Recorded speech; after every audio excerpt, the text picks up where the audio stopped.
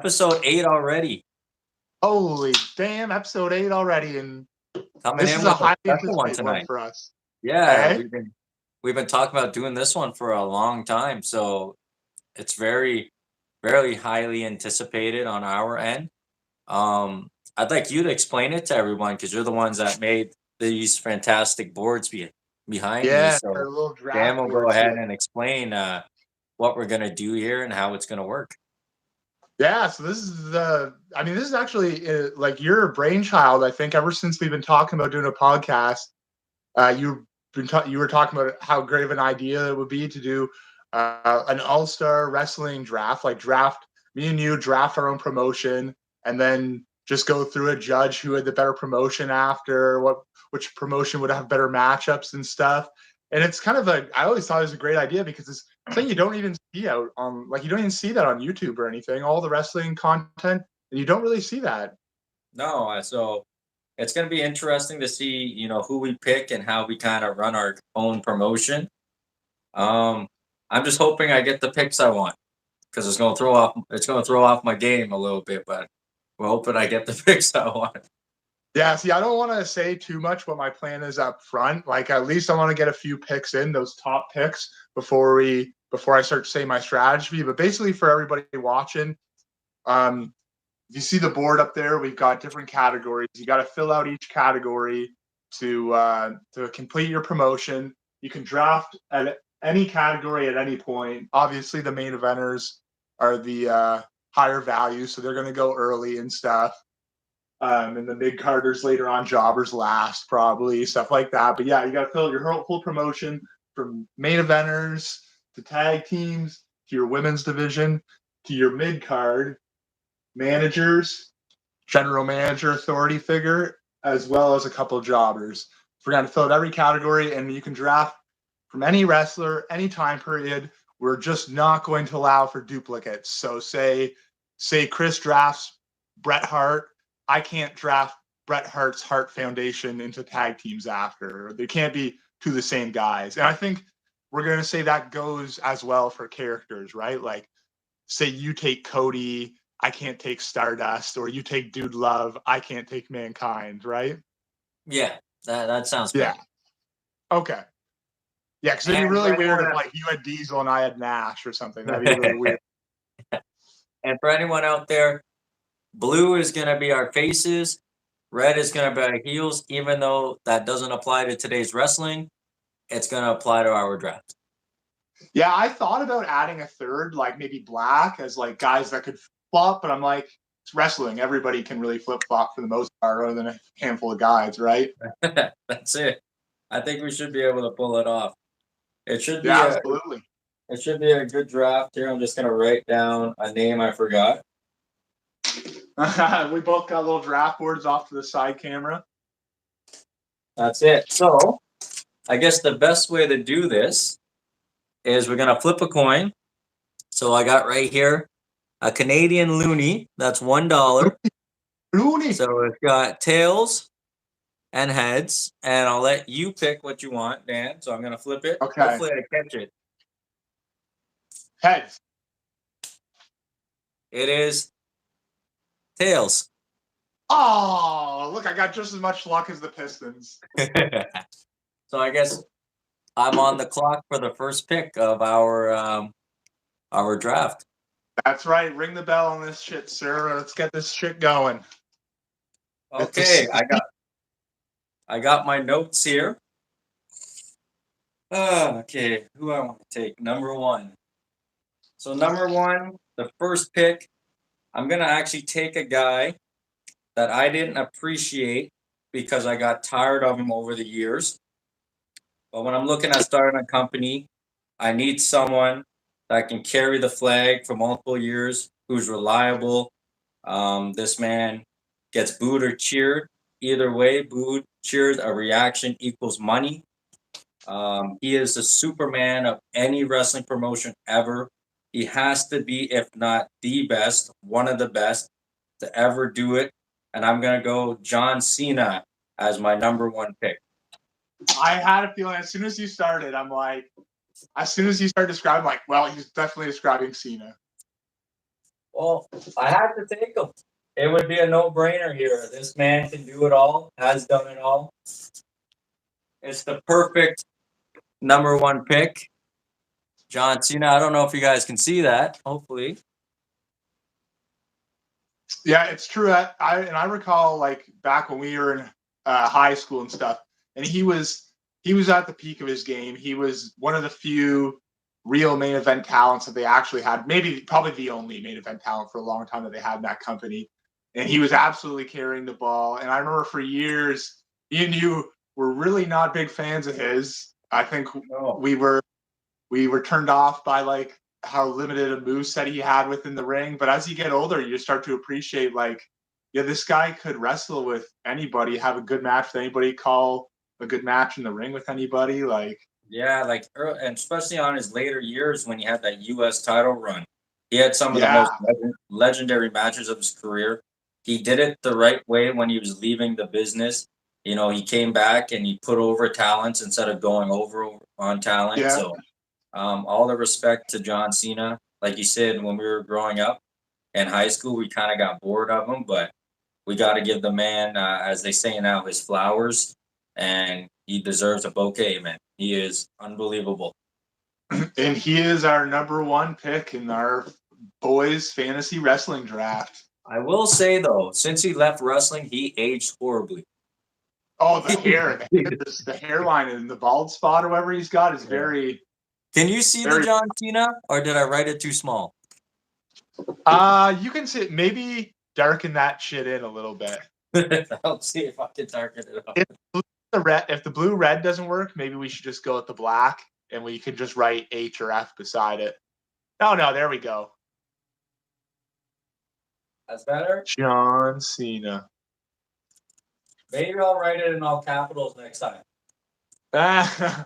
Yeah, one of the few guys too where it's like he's had. I mean, he's definitely had crossover success, probably equivalent to, well, maybe not equivalent to somebody as like Batista or The Rock, but at the same time, I feel like more people know his name than Batista, even though Batista's in all those Guardians movies. Like even people outside of wrestling. Can you see that a little better now? Okay, that's not Yeah, bad. I can see that. That's perfect. So let me ask you something about John Cena here. When him and The Rock were feuding, and we went to theaters to watch that WrestleMania, do you think Yeah, they the made the first right? one. Do you think they made the right decision with The Rock going over? Like Uh, personally, as nostalgia, we wanted The Rock to win. There was no if, ands, or buts about it. But for the company's sake going forward, was it the right decision? I know a loss really doesn't affect John Cena at all because he does his promo where he's never down, he's always up, he's gonna keep coming, keep fighting. So what do you think about that? Was that the right yeah, choice? I I thought like you said, like I don't think a loss to The Rock hurt Cena. But I think that I feel like when they brought The Rock back at that capacity, that they needed to have him go over on Cena because like they had already brought him back from Hollywood and had him lose at WrestleMania in the past. You know what I mean? Like, were they Yeah, gonna have him back every time and have him lose to guys, right? Like, I thought the big mistake was rematching it immediately after, and yeah, I don't know. To me, it that was almost bad. cheapened the whole angle, cheapened Yeah, the whole that result of the first match. that was bad when they did that. And actually, for WrestleMania, I believe it was 19 or 20. Randy Orton didn't want to work with The Rock. He was adamant of The Rock not coming back. So, who knows, right? That's complicated working The Rock. I've heard guys talk about like having to, you have to go through his whole team when it comes to working with The Rock, right? Yeah, but He's got that Hollywood. he is willing to do things. But I guess probably I heard a rumor that Cena was supposed to go over, but The Rock was probably like, no way in Miami is that Yeah, happening. another thing in Miami too. Yeah. But anyways, let's get to your first round pick. All right. Well, this guy would have been my first pick, whether I won that coin toss or not. Uh, I am going with probably the guy I would have. I thought maybe you were going to take, if not Cena, I but know who you're and then gonna pick. you know who I'm talking about. Oh yeah. Stone Cold Steve Austin. That's who I wanted to pick. You know he's my favorite. I got him tattooed on my arm, but I had to go with longevity here. Yeah, absolutely. And I mean, I totally understand that. Obviously, Austin's prime, limited by the neck injury, but I mean, in his prime, I mean, whoever reached the peak of popularity that Stone Cold did, really, like, really the That's peak of wrestling was Stone Cold's peak. that's one of the regrets I have growing up, that my father never took me to a wrestling event to hear that glass crack. I wish I would have been able to experience that feeling. Imagine hearing that in, In person. 90, 97, 98, that glass cracking and that eruption. Like, we're talking about back in the day, for any of you younger wrestling fans, if you watch this, Raw used to have something called Heat, and Oh yeah, Austin would come out on Heat every just before Raw and get an amazing reaction. And then when Raw was live, he would get the same, not if not louder. So he's getting two pops in one night in the same event. So that is crazy to me that the fans were that loud twice for this man. I don't know, for the younger fans, know like how influential and how important Stone Cold was to WWE's success. Not only getting from WCW, but really pushing the ball forward to the new era of wrestling. Like, can you explain how powerful the name Stone Cold Steve Austin is in wrestling? yeah. I mean, it even bothers me the fact that the Attitude Era, they talk about how influenced it was by DX, because it just to me feels like it was just they saw the Austin train coming and they're like, this is the new direction of this company. Because that Oh guy yeah, came in when he came to WWE, and he obviously came in back from WCW, came in as with his ringmaster gimmick and all that. But as yeah, soon as he started figuring out who he was and the Stone Cold gimmick, you could just see it coming a mile away. You see those early promos, like, whoa, this guy's way more badass than anybody on this program. oh He yeah. also felt way more real than anybody else in that program. That's the thing with Austin. I know a lot of people, myself included. I love Becky Lynch's the man gimmick, but it feels too forced now, and it's really getting very annoying. And Yeah. as they say now again, cringy. But Austin's was never faked. It came off supernatural. He didn't push it down your throat. It just worked perfectly. And how we never seen at that point where a superstar was going at management. So the Yeah. upper echelon management, he was going after Sergeant Slaughter, obviously Vince, Raw, Vince, everybody, and the he was hitting Stooges, them. and Vince's Stooges. And he was wrestling. He was still performing all that with a broken neck, healing from neck surgery, and still going out there and really, you know, making himself even more popular without even stepping in the ring. So it's kind of crazy how breaking his neck actually really helped him in the long run, because it made him do all these promos and those little angles that really got the fans behind him. And then when he was ready to come back, the ship had already sailed and we were on to, the new WWF era. And in that limited style that he worked after the neck injury, it really Yeah. served the character better. Like, it made sense that character was a brawler, was just going to punch you and stomp you. Like, it would have fit the character a lot less if he was wrestling the same way as he did when he was in the Hollywood Blondes. Yeah, and Austin has one of the fastest bumps you'll ever see. He takes that bump real fast off the punches, and that's coming from a broken neck. So, incredible. He deserved to go one or two, without a doubt. Yeah, absolutely. I gotta make sure next time I write a little bit bigger. I'll write a big 316 beside in case anyone can't read Steve Austin. Yeah, it's a little harder to see for anyone out there. We're trying this for the first time, so there's no prep. Like, none of us, what we do, we go live every time. So hopefully you guys can end up seeing it. I can see it a little bit there.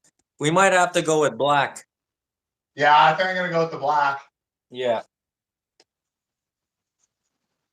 So we'll go with black for our faces. And hopefully the red still works for the. I can see Yeah. the 316 good enough. Okay. All right. So we're at number two. Number two. I have I have my stuff written down. There's a number 2 pick I was gonna pick. I don't think you're gonna choose him, so I'm gonna actually choose somebody else here and then go back to them because I'm trying to do something here. I just That's don't a good want you. strategy. I've been I just thinking don't. like that too. I just don't Hey, want you to pick my pick. That's what I'm looking at. it's tough. Um, It's tough. I'm gonna go with a heel. Um, I wasn't gonna choose him yet, but I want to choose him because I don't want to lose him. And in 1997, this man put out his best work as a heel in the World Wrestling Federation. I'm gonna take 97 Bret Hart as Oh, my second pick. it's good you took him there, bro. It's good you took him there. Oh, damn, man. Tell me a little bit about Bret Hart's work in 1997. Bret Hart, I mean, in my opinion, I mean, again, super subjective. People's taste in wrestling. I think Bret Hart's work has aged better than anybody else's work. Bret Hart could wrestle in any era. Bret Hart's Oh work yeah. is absolutely flawless.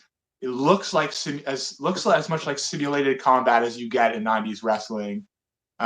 Just an incredible worker, incredible technical grappler, great seller. Like I said, everything, nothing's no wasted motion, nothing over the top, just bare bones wrestler, beat your ass, do everything perfect, everything technical. Yeah, you can. Oh, Bret Hart, and then like you said, you bring in the heel dynamic of Bret Hart and like the Hart Foundation. Yeah, that's. I could imagine Bret Hart and John Cena could have some pretty great matches together as top guys. Oh yeah, and Bret Hart would be calling those matches, no doubt about it. Yeah, yeah, absolutely. Could you imagine that? And I think the promo would work too pretty well. Like you'd have like patriotic Cena versus Oh Canada Bret Hart. Can you see that? Oh yeah, you could see that. Okay, Oh, yeah, you can perfect. see that clear. Yeah, Bret Hart in 1997 did some of his best work. His promos were at the top of his game. His wrestling was at the top of his game. Very, very technical, but it looks so good. It looks so real. He knows how to tell the story in the ring. Just beautiful. He's actually in my favorite match of all time, along with your first round pick at WrestleMania Yeah, 13. Stone Cold Steve Austin Bret Hart is my favorite match of all time in wrestling. What a great story those two told over their feud over the years. Just beautiful. A little bit on Bret Hart though, as it was originally supposed to be. What would have happened if Shawn and Bret rematched at WrestleMania like they were supposed to? That would have been unbelievable. yeah, absolutely. I mean, fuck, man. Bret. I mean, Bret takes a lot of shit nowadays. People look at him like he's like a bitter old man, and I can definitely He, see why he, people see it that way. he's always been whiny though. Yeah, but Yeah. I mean, in comparison to who though? We're talking about a guy who shared a locker room with Shawn Michaels. Like, Yes. I fuck. I mean, Bret. I kind of like feel like everything. I mean, yeah, he's whiny. He's kind of a loudmouth, and you hear him talk about shit in the media, and he's still bitter about shit that happened 20, 30 years ago. Well, fuck, he's kind of right about some things, like all the Oh stuff yeah. that he protecting the business and doing good work. Like shit, if people would have followed his mindset, you wouldn't have dummies like the Young Bucks on top of companies nowadays and stuff. Like, Yeah, and like we talk about Bret Hart, he was gonna at that time he signed. I don't know if he signed it. Was gonna sign one of the most legendary deals of all time before Vince and pulled the oh, plug on it, and he are we wanted to talking go about to his WWE. contract with Yeah, like WWE? it was gonna be something like over 10 years or something, like $1 million a Yeah, deal, like and something oh my god, unbelievable. But we look at it and like we can't be mad at what happened at the Montreal screw job. Obviously, when I look at it, Brett's actually in the wrong in my part here because you have to do business. You're saying you're going to another company, whether or not you like Michaels or not, you got to drop the title. yeah. I know he wanted to keep the title at Survivor Series and then drop it on, Monday Night Raw, and he wanted to drop it to Stone Cold or something. He didn't want to drop it to Sean, but company wise, you have to drop it, especially when they're in the Monday Night Wars. They can't have you going over there as an unbeaten champion. It's Yeah, doesn't make sense. But you look at it, what happens if he doesn't leave? Do we I get the know. Austin? Do we get the Austin era? Like, we don't know, right? Is Owen Hart still here if he doesn't leave the WCW? Does he say, Owen, I don't want you going Right. up to the draft? Like, there's so many things we don't know, right? But there's so many dream matches we could have seen if Brett would have stayed, or if Yeah. Goldberg didn't kick him in the head. One of the two. I mean, I do think it's good that he left in a way Mhm. for the fact that like he thought things were getting too absurd and crazy storyline wise when he was there, and it just got crazier and crazier over the next 5 or 6 years. So like I don't see how he would have really meshed in. Plus, there was already many big main event talents that would have just Yeah. held things up. But unfortunately, just the other option was go to WCW, where again he just was not a good fit there either. It was too much of a shit show behind the Yeah, scenes. There really wasn't many guys working like Brett other than cruiserweights. yeah, but we look at it as we've heard it all on the internet before. Even Brett said it. You have the hottest commodity in the wrestling business. Yeah, yeah. He should come in right away and start feuding with your main guy, your champion. Yet he does not. Not as a And referee. I don't think he should have came in as a referee. no, he was ready to go, ready to fight. He just came off of getting screwed. He knocked out Vince McMahon in the back. Yeah, He previously just beat Austin at WrestleMania. So he's on a hot roll right now. And then WCW does whatever they do with him. It is unbelievable booking from that WCW team. yeah, yeah. They just got lost in the shuffle there. No one cared to do anything with him, and he was like, "Well, fuck it, I'm just gonna get paid." Yeah. Can I say that AEW is gonna go down that same path? Oh, already. Just signing these WWE guys that Vince doesn't want. Let me tell you, no matter how much we don't like Vince, how much we say, "Oh, Vince doesn't know the business," he knows talent, and when he releases guys, they don't become talent anywhere else. So AEW, you got to calm down and stop signing these guys that Vince let go. It's not helping your company. Yeah, Get the guys that are from your ground up and help you build up to where you want to go. Take some of those guys here and there that are actually going to help you develop, but just don't sign everybody that Vince gets rid of because half of them don't get used on your program. yeah, yeah. And why get guys? I mean, they look at it like, oh, proven commodities, but I say already exposed. Yeah, Like, that's it. Like I will say, like on this topic, quick, and I don't want to bash anyone because I'm not a wrestler, but how I look at it, guys like Keith Lee, for one, a lot of fans say, "Oh, he's unbelievable," whatever, whatever. For what he can do at his size is unbelievable. But there's one thing of seeing him on TV and then seeing him live. And when you go to a live event and you see these guys that are on the undercard, you go, "Oh my God, this looks really, really fake." But when you yeah, see these guys in the main event, it looks real. It looks like really, really, really good. So it's really a difference in how they film it, the angles. But when you see guys like him live, it's what Vince sees, and it's just not good. It's slow. It's methodic. His mechanics are weird in the ring. It's what it is, right? yeah. And wrestling started for arena crowds. So to me, if you can't pull it up, sell it to an arena crowd, you can't wrestle. All right, buddy. Let me hear your second pick, though. All right, my number two. You already stole my number two, so I gotta. Okay.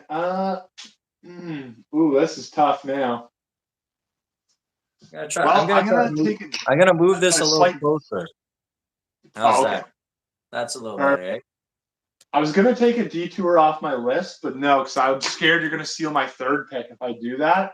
So I'm gonna stick with on my list, and I'm going to stick with baby faces here.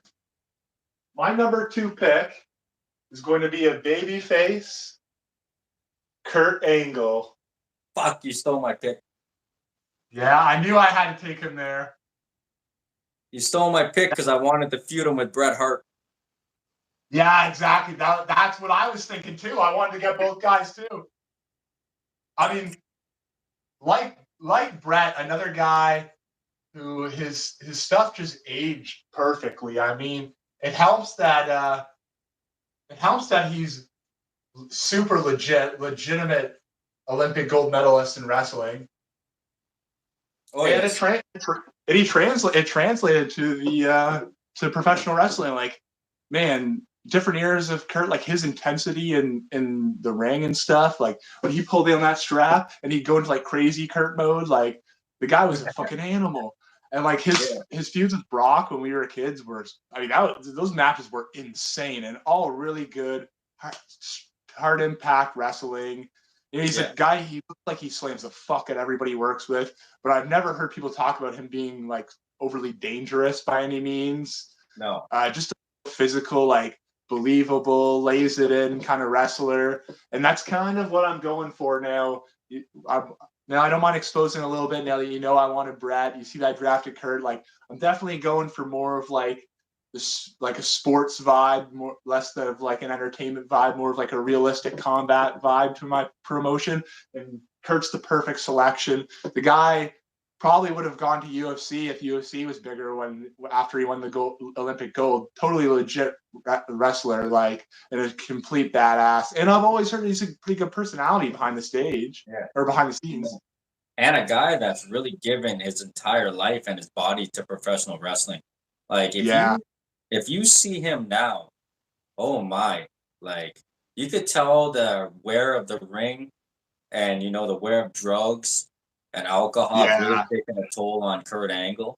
It's crazy to say that he's wrestled longer in TNA than he has in the WWE. But that is pretty. that's a guy that in the early 2000s, we're talking 2002 to 2004 on SmackDown, they were putting on better shows than Monday Night Raw, without a doubt. They just had the better technical wrestlers and storylines. Raw was just everything was about Triple H, Triple H, Triple H. Triple H wins the pay-per-view by cheating, and then he cheats again, and then he cheats again. But on SmackDown, and SmackDown was oh, hey, Katie Vick, man, don't talk about Katie Vick. Katie Vick, that's my next pick. Katie Vick, I almost forgot. What? Katie Vick, I'm gonna take as Kane's manager. Man, but yeah, Kurt Angle again, another guy that could have went first overall on I think anybody's list, right? This is the guy that everyone said picked up the business faster than anyone they've ever seen pick it up. So yeah, it's true. Yeah, the way how quickly he transitioned from someone who had never been a professional wrestler to a main event talent, and like not just like not just because of the way he looked, not like an Ultimate Warrior or something like that. Like he was actually a good worker too. Like man, we gotta talk about Kurt Angle. Every time I hear that name, it just comes up my head at the King of the Ring when he was putting Shane McMahon through the entrance glass. Remember that? With the oh my god, the belly to belly? Yes. And he's putting him through the one that's not the gimmick glass. Yeah. That was great. And like we're talking about a guy, like I said, he gave his body up to the business and he would do anything. He has one of the best moonsaults that he's never hit. Like Kirk has never hit that moonsault on anybody, man. Just basically almost kills himself. He'll do it off a steel cage. He'll do it off anything, everything just for the fans, man. Unbelievable talent. And can you what did you think of when he put over Taz when Taz debuted, and then that was pretty much it for Taz. Like Taz came in smoking hot, blew the roof off the building, and then it kind of went. That was it. Yeah. Taz was just never. Taz, I feel like, was just never going to work in WWE as like a main guy. It's like that. No, he's like the same as like Rhino from ECW. Yeah, he is a little powerhouse. He is really strong, and you can believe it when he's doing it to smaller dudes and guys that fly all over the place. But it's just hard to take a guy like Taz serious when you put him in like a main event title picture with maybe like, I mean, imagine Taz trying to suplex Brock Lesnar. Like, what the fuck? That's it, right? He just didn't have the size and the body build that McMahon wants. That's basically what look right. That's basically what that came down to. But okay, where are we at here? Number 3? Pick number 3. Fuck, there's a lot of big names here. Oh A yeah. lot, a lot of big names. Um, And arguably the biggest crossover star in the history of wrestling is still on the board, as well as arguably the biggest draw in wrestling, other than maybe Stone Cold. yeah, there's so many. Holy fuck! But I'm gonna go someone right away who I'm gonna actually put the WWE title on. So he's gonna be my champion, my promotion, and right away Oh, you're gonna steal my pick. I know you're stealing my pick right now. he's gonna go in a feud right away with John Cena. He Oh is the no. he is the ultimate heel right now. I'm Oh gonna god take damn it. MJF. Oh, MJF. Oh, thank God. I thought you were taking my pick there. That's a good pick. That's a pick I didn't expect, but MJF. Dude, MJF and Cena in a feud. Ooh, the mic work. Ooh. I mean, to be honest, it's funny because, like, I was always a CM Punk fan. I love CM Punk's mic work, and I love the MJF CM Punk angle. But I feel like, oh man, the combination of MJF and John Cena's mic work together, I feel like they would play off each other a lot better. Like I felt like MJF and Punk maybe were kind of similar, but like MJF and Cena, that's like, oh man, they're like both great promos, but like in opposite ways almost. Like, oh, that's a great pick. That's a great pick. Yeah, like a modern day Ric Flair, really. Yeah, and the C means champ. So he's going to be my champ of my company to start off with. That's what I was thinking here. I needed someone to spice up John Cena to get the best out of John Cena. MJF is definitely that guy. Like you said, the promo work here, both very opposite promos. It's going to be, again, the cliche kind of promo we get with MJF. I didn't get anything given to me, this and that, whatever. And John Cena's going to be like, you got to work for it, whatever. I think I can Yeah. get I think I can get years and years definitely out of MJF and John Cena for sure. So And that man, that you ever flip Brett? I think MJF and Brett work good together too. yeah. And MJF is a worker. He can get Yeah, it done in the ring. exactly. He can get Absolutely. can you see that or do you want me to darken that up? Oh no, I can see that. You're doing a much better job at doing that than me. I gotta really start writing bigger. It's just crazy here the names that are still available. And No, literally. that's what's so hard about this because we only have really six big main eventers, right? So Exactly, big stars. You can only fit so many guys in that category. And some main eventers, you just can't really throw it in. Like, I can't put the Undertaker in my mid card or something. That would just be fucked. all right, buddy. Give me your third overall pick. My number three pick. Oh man, I thought you were stealing this from me, especially when you said big heel nowadays. But sticking with my theme of legit, I know you're gonna take now. I'm saying, and I copy you and put the belt on my third pick as well. And my champion is the Beast Incarnate, Brock Lesnar. Oh, I didn't think you were going there. Yeah, Oh, I did not think you were going there. Okay. yeah. I can say. I mean, he was a he's a great heel in wrestling. He was a legit heel in the UFC. Legit badass in fucking life. Yeah, reignite the rivalry between him and Kurt Angle, as well as The getting dream match. The the dream match match that with him never and Stone happened Cold. between him and Austin. Yes. And this time Austin isn't going to walk out. So yeah, there's a C. Is that a little bit better? Is that a little more clear than some other ones? Maybe if I just gotta move my thing a little closer. That's good there. Yeah, that's good. There we go. So yeah, Brock Lesnar adding to the legitimacy of my product. Like I said, going for a real sports package here. So I'm getting most of my entertainment value and promos from Austin so far, obviously, and all my in-ring legitimacy and grappling from Kurt Angle, Brock Lesnar. You know, at the end of the day, you will run into my promotion in an alley. You fucking better have like goddamn Bruiser Brody and a fucking AK-47 with you to take out these fuckers. All you need is a couple Puerto Ricans and you're done, yo. Was it That might be the Invader worst. or whatever? Is that what it was? I don't think we should have said that joke. Yeah, that was pretty bad. Oh my god, that happened a long time ago. Like, you can't make a Bruiser Brody joke. Oh shit. I Anyways, yeah. I did not I did not know you were going with Brock. I thought you were gonna pick somebody else here. Yeah, I don't even know which version of him I would prefer because obviously I have a soft spot for the young version of him where he was Yeah, more of like a in ring rap. But I kind of like the more modern version of him. I think it fits the mold of my promotion better with the more the MMA influenced style. So I yeah. think that I I'm see looking what at you're more of doing a there. post 2010 Lesnar here. I think that's a good choice, though. You can't go wrong with Yeah, Brock Lesnar here because that's that is the ultimate heel. Like you always a talk, good draw, right? yeah, that's a guy. That's a guy that actually legitimately is a badass. So Hoping to pair him up, maybe like get draft a manager later on to pair him up with to help him with his promos. yeah, absolutely. Fuck. But there we go. Yeah. We're three picks in. We're already a half hour in. I'm stuck with between two guys here for the fourth pick. It's tough. There's fucking huge names left, yo.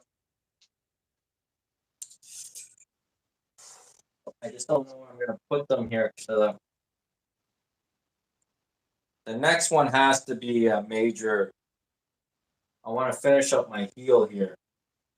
I just I don't know who you're gonna draft next, so I don't want you to take both of them. I don't want you to take one of them, yo. I know I'm who I gonna have. go. I know who I I have know. in mind. I I know when I say this name, you're gonna take the opposite name that I want, but then I'm hoping I'm gonna get the other name I want. Okay. I'm gonna go with, even though I should go with this pick here, he just fits better, I think, on my roster right now, and he is doing the best work on pay-per-view television out of anybody right now, and I'm gonna go with Roman Reigns as my Oh, next nice pick. pick. Good pick. Yeah, that was a tough one for me. I didn't know where I should have him on my draft board because I knew he was going to get drafted high in this.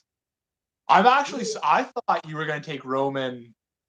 I would have thought you would have taken Roman over before MJF even.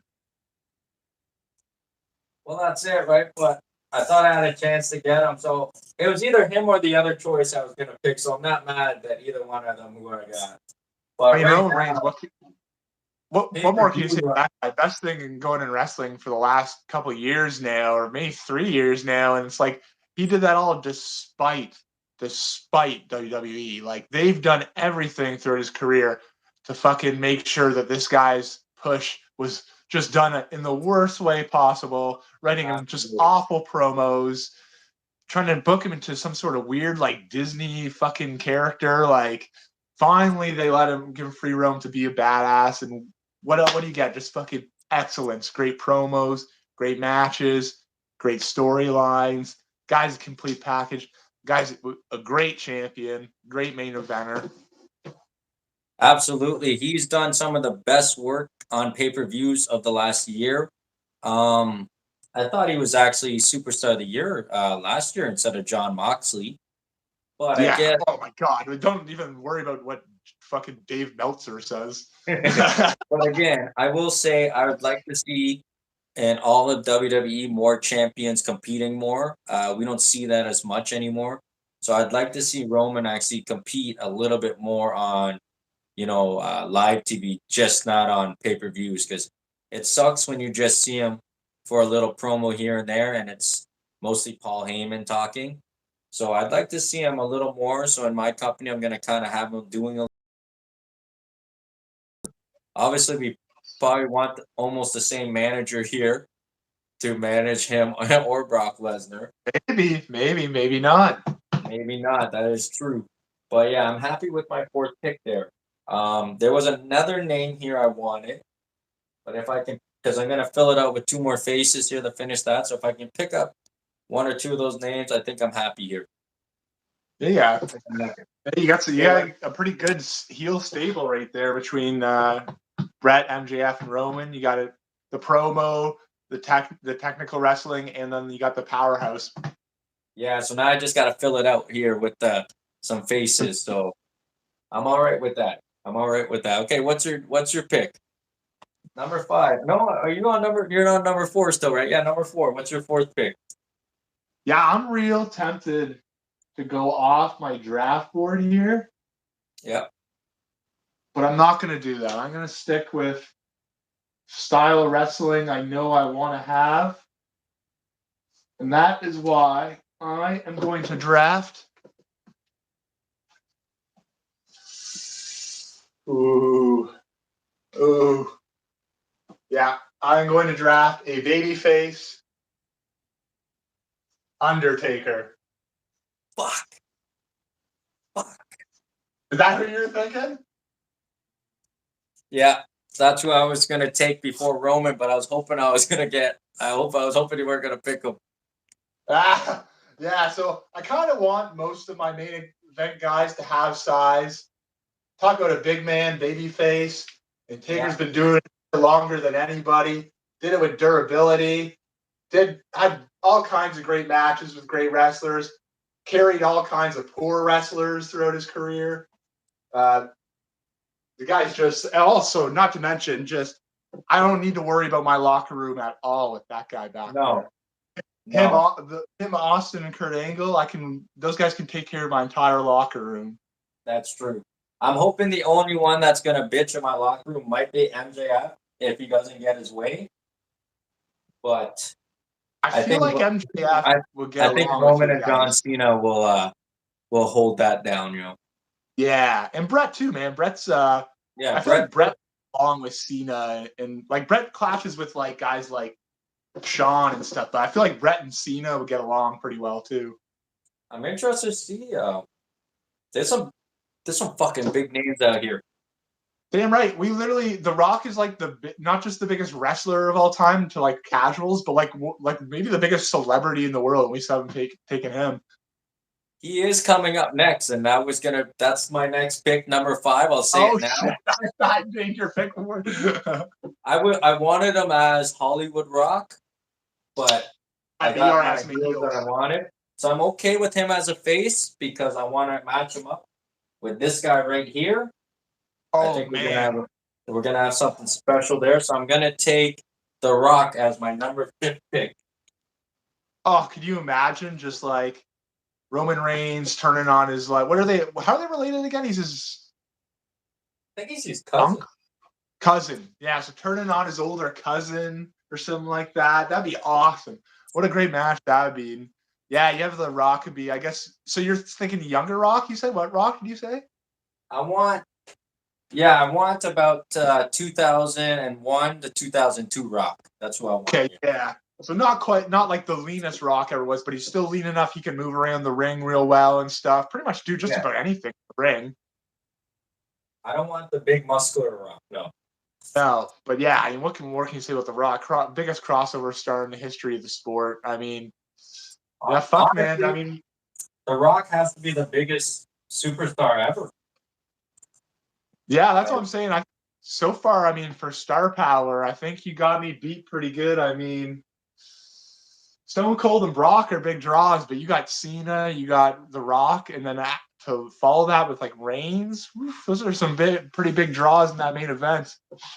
Yeah, and I like the pick of The Rock here. I didn't think I was actually going to be able to get The Rock, but it's the perfect pick. Again, good on the mic. The Rock can come up here, work with MJF. The Rock can work with Bret Hart. That would be an excellent match. The Rock and Bret Hart. That'd be amazing. Yeah. Then we have the dream match where The Rock's actually in good shape. Rock and John Cena in their prime. So I don't mind that right now. Rock and MJF. Can you imagine The Rock dropping all his great lines on MJF? And MJF would put them over so well. Like he would look so upset and bothered by the lines. Like it would be great. Yeah, those guys. So far, man, I think both our promotions are nice. It's not just good picks, but good chemistry too amongst all the picks. Absolutely. Austin and Kurt Angle have had some fantastic matches. later on at 2000 Austin, earlier 2000 Austin, and The Undertaker had great matches. So Man, you can work that Kurt Angle and Undertaker had some of the best matches together Undertaker, of both of their careers. Undertaker. And Kurt and Brock, Undertaker and Brock, Hell in the Cell match, legendary. Yeah, man. Yeah. I like it. So yeah, my number 5. Yeah, let me hear it. Okay.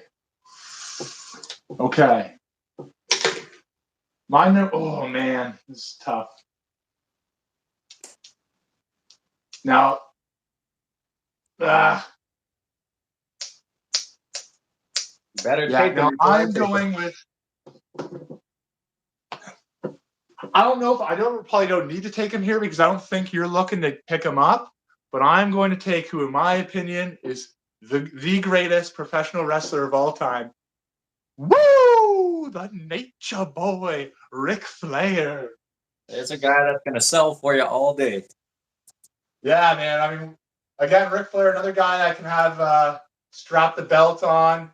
I think of my main event picture. He's gonna carry my promos. This is the guy that between the matches, they're gonna cut to the interview backstage, and he's gonna keep everybody, all the viewers' attention between the matches. Not to mention, Duke can have a match with anybody. Absolutely. Can sell his ass off. He'll make any one of your mid-carders look like a main eventer. No problem. Exactly. I can't say enough about Ric Flair. I mean, he's a pioneer of the sport and one of the first true, great nationwide draws of the sport, of the modern era. Of the modern era, I should say. This man has wrestled anybody and everybody. Yeah, and he's wrestled everywhere, every territory. When there were territories, this man wrestled everywhere. Yeah, and a guy he might not translate much to what a lot of young people like in wrestling nowadays with the high flying and stuff like that. But other than that, I mean, he could wrestle in any era. I mean, the guy is just outstanding wrestler, insane cardio. The matches with Steamboat where they go an hour and shit. He'd go an hour with all kinds of people back in the day. Oh man, yeah, just an incredible wrestler, underrated athlete. I heard that the man I watched his 30 for 30, and it was something like he told a sports psychiatrist that he drank I think it was 12 beers, 12 mixed drinks a day, every day. Oh yeah. For 30 years. And the guy just didn't believe me. He's like, that's not possible. You'd be dead. You couldn't even be alive and do that. No. He's like, no, I'm alive and I'm working towns 5-6 nights a week. Yeah, he's a machine. We talk about Kurt Angle being a machine and giving his body to this business. No one has done it better than Ric Flair, giving the body. And it's a travesty that we did not see Hogan versus Ric Flair at WrestleMania. That is absolute bullshit. I mean, I have to assume it has something to do with Hulk Hogan because everybody that knows anything about Hulk Hogan knows that he's he's big into politics, he's big into lying, and he's big into Hulk Hogan. All right. Have you ever heard the one where where he says he was the original guitar player of Metallica? Yeah, I heard it. He's did some crazy shit. He'll just say anything. It's does he not know that there's Google? Don't believe anything that's out of Hogan's mouth, yo. Yeah, apparently. Holy fuck, 50 minutes and we haven't even fucking done anything yet. Yeah, holy shit. We're not even doing it. Okay. Alrighty. Next pick. Rounding out your main event. I'm gonna try not to give this one away. This superstar is going to win Superstar of the Year this year. This superstar is unbelievable. This superstar is also my wife's favorite superstar. And every time this superstar wrestles, she actually puts down the phone and watches. So I'm going to go with the heel pick, and I'm Ooh. going to take Rhea Ripley. Oh wow, good drafting. Wow, drafting women early. Rhea Ripley, nice pick. Man, I gotta say I'm out of the loop for the most part on what's going on in WWE these days. But last I watched, I fucking loved Rhea Ripley. Definitely my favorite female in that company currently. That chick, again, we talk about people that can wrestle in any era. She can wrestle in any era. Super believable. A fucking tank. The back on that chick, she could kick the ass of like majority of the main eventers in AEW, I think, like legitimately. She is a beast, yo. Her ability that big to be able to sell to smaller Yeah. superstars, her in-ring ability, her promo ability, her look. She is Yeah. unbelievable, and she deserves to win Female Wrestler of the Year this year. No ifs, ands, or buts. Dave Meltzer, don't fuck it up. Dave Meltzer, don't pick some Asian girl from some promotion no one's ever heard of. It's Akati Hikakawaki Suzuki from miscellaneous fucking Japanese promotion 3. Can you see that? Can you see Rhea Ripley on there? I can. Let me bring this girl. Mine okay? Mine, can you see mine at all? I can see yours, yeah. I just got to move my clothes. Okay, buddy, let's start speeding this up, I guess. So let's hear your 5th round pick. Okay, my 5th pick, actually, no, I'm not going to round out my main event. I'm going to jump directly to the mid card, and I'm going to write the wrestler who will have a stranglehold on my mid card, which will be basically the television title division. Oh, you're bringing back the TV so title? I figure, okay. Yeah, my main eventers, they battle over my big title, my world title that pretty much is only defended for the most part on pay-per-views. But every week, you get the TV title defended by the mid-card champion, who will be, in this case, HBK, Shawn Michaels. Oh, Shawn Michaels going to the mid-card. Yeah. Oh, yeah. I don't want to have too many guys like junior heavyweight, cruiserweight in my main event, but I figure a guy like HBK, he can absolutely carry my mid card. I can throw him on at the end of my show. I can throw for main events. He's a big enough draw. I can put him on in the middle of my show to keep people's attentions with the entertaining match. I just see HBK as like a very useful tool in my mid card to have quality matches, quality promos, and quality storylines. And I'm definitely going with heel HBK. I like that pick. I like that. I kind of want to fill out my main event.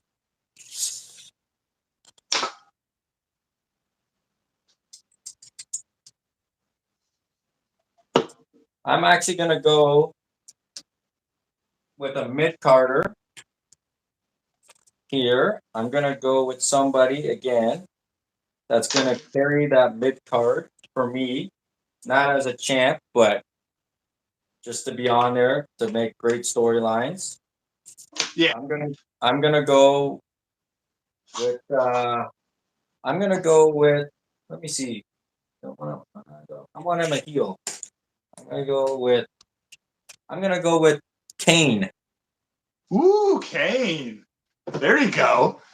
Kane, I mean, I feel like in recent years people are finally starting to appreciate Kane for what he has been, how solid of a rock he's been. Also very much just overshadowed by The Undertaker. I think if The Undertaker never existed, a lot of the praise you hear about him, you would hear about Glenn Jacobs.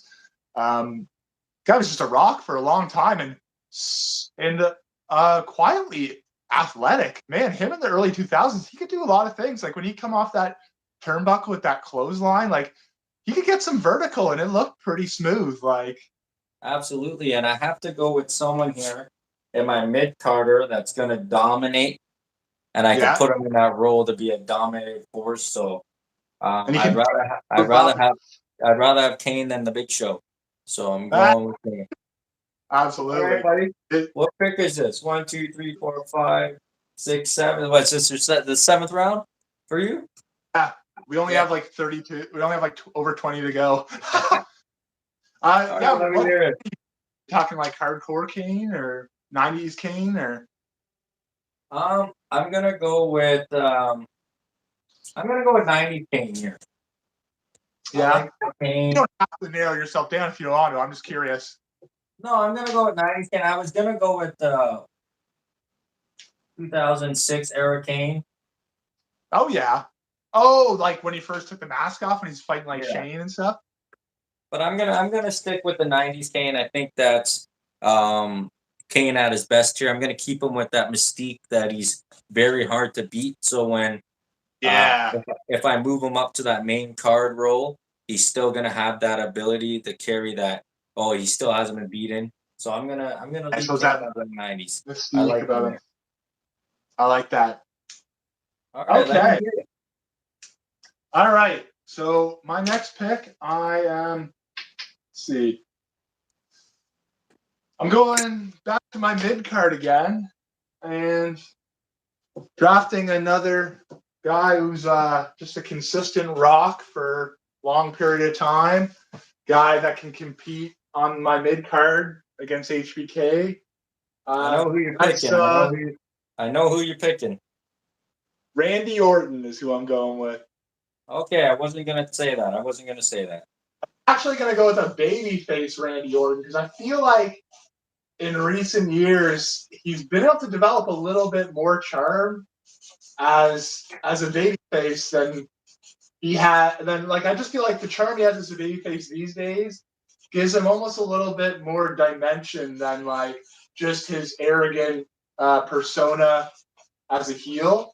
Yeah. I think there's something like almost like a dry humor about his character now as a face, the way he's able to deliver some lines and stuff. So yeah, I like HBK rounding out my mid card. Again, one of the smoothest workers of our Absolutely. I was lifetime. just gonna say that. Randy Orton comes in at my, if not top three, top five. Um, there's a match out there with him and Daniel Bryan, now Bryan Danielson, when he's wrestling him and he opens up his hands on the mat and stomps it, and the way he makes it look so real is unbelievable. I'm surprised Randy didn't make it. I thought Randy would have filled out our main event Yeah. this year. So I'm actually going to. That's actually a great pick, but I'm gonna finish my main here, and I don't want to lose this guy. Oh, this is tough because I want to take this guy because I think you're going to take him next, and I don't want to lose him. But he would be good as a mid carder. But I also don't want to take this guy. Excuse me. I could take this guy.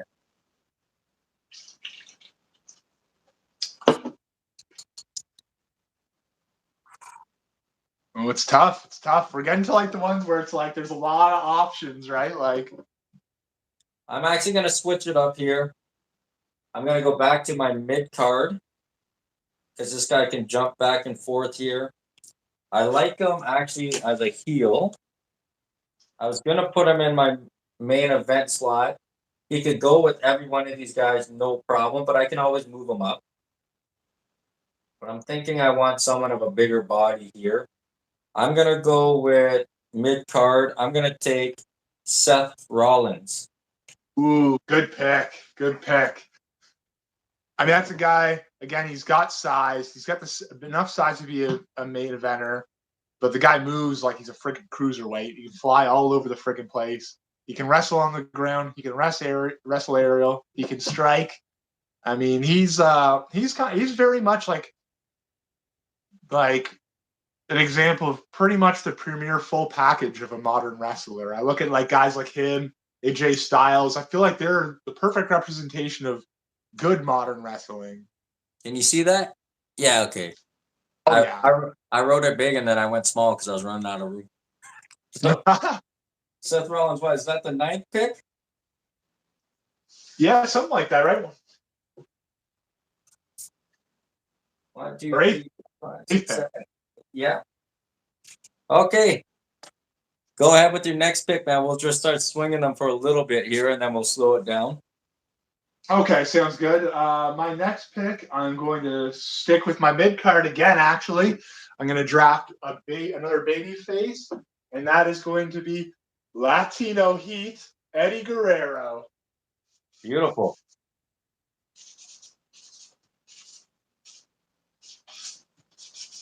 I'm just gonna write. I'm just gonna write Eddie G, so I don't have to write Yeah. Guerrero. That again, that's a perfect pick there. What era are you going there? Ooh, I mean, I could go. I can really go any year, Eddie. I like Eddie even. I like Eddie even in those like fucking parachute pants and mullet in ECW. But I'd probably go with him around the run of his championship run on SmackDown. I know he was obviously moving towards a period of his health of period of his life where he ran into bad health and eventually passed away because of steroids. But Yeah. I mean, you ignore the steroids. The guy had the physique. He had the Oh yeah. moves. He had promos. He had everything at that point. Eddie Guerrero, definitely a pick to help round out my mid card. That's Yeah. been your mid card starting off as a main card right there, yo. I know it looks like a monster. I'm looking to get one more guy that's like a big one, and then I'm gonna start like tapering off a little bit into some smaller names, some guys that can lose some more matches. I want to finish off my main here. I don't want to lose this guy though. Yeah, it's a guy I'm worried that you're gonna pick on me, but I've been putting off drafting him.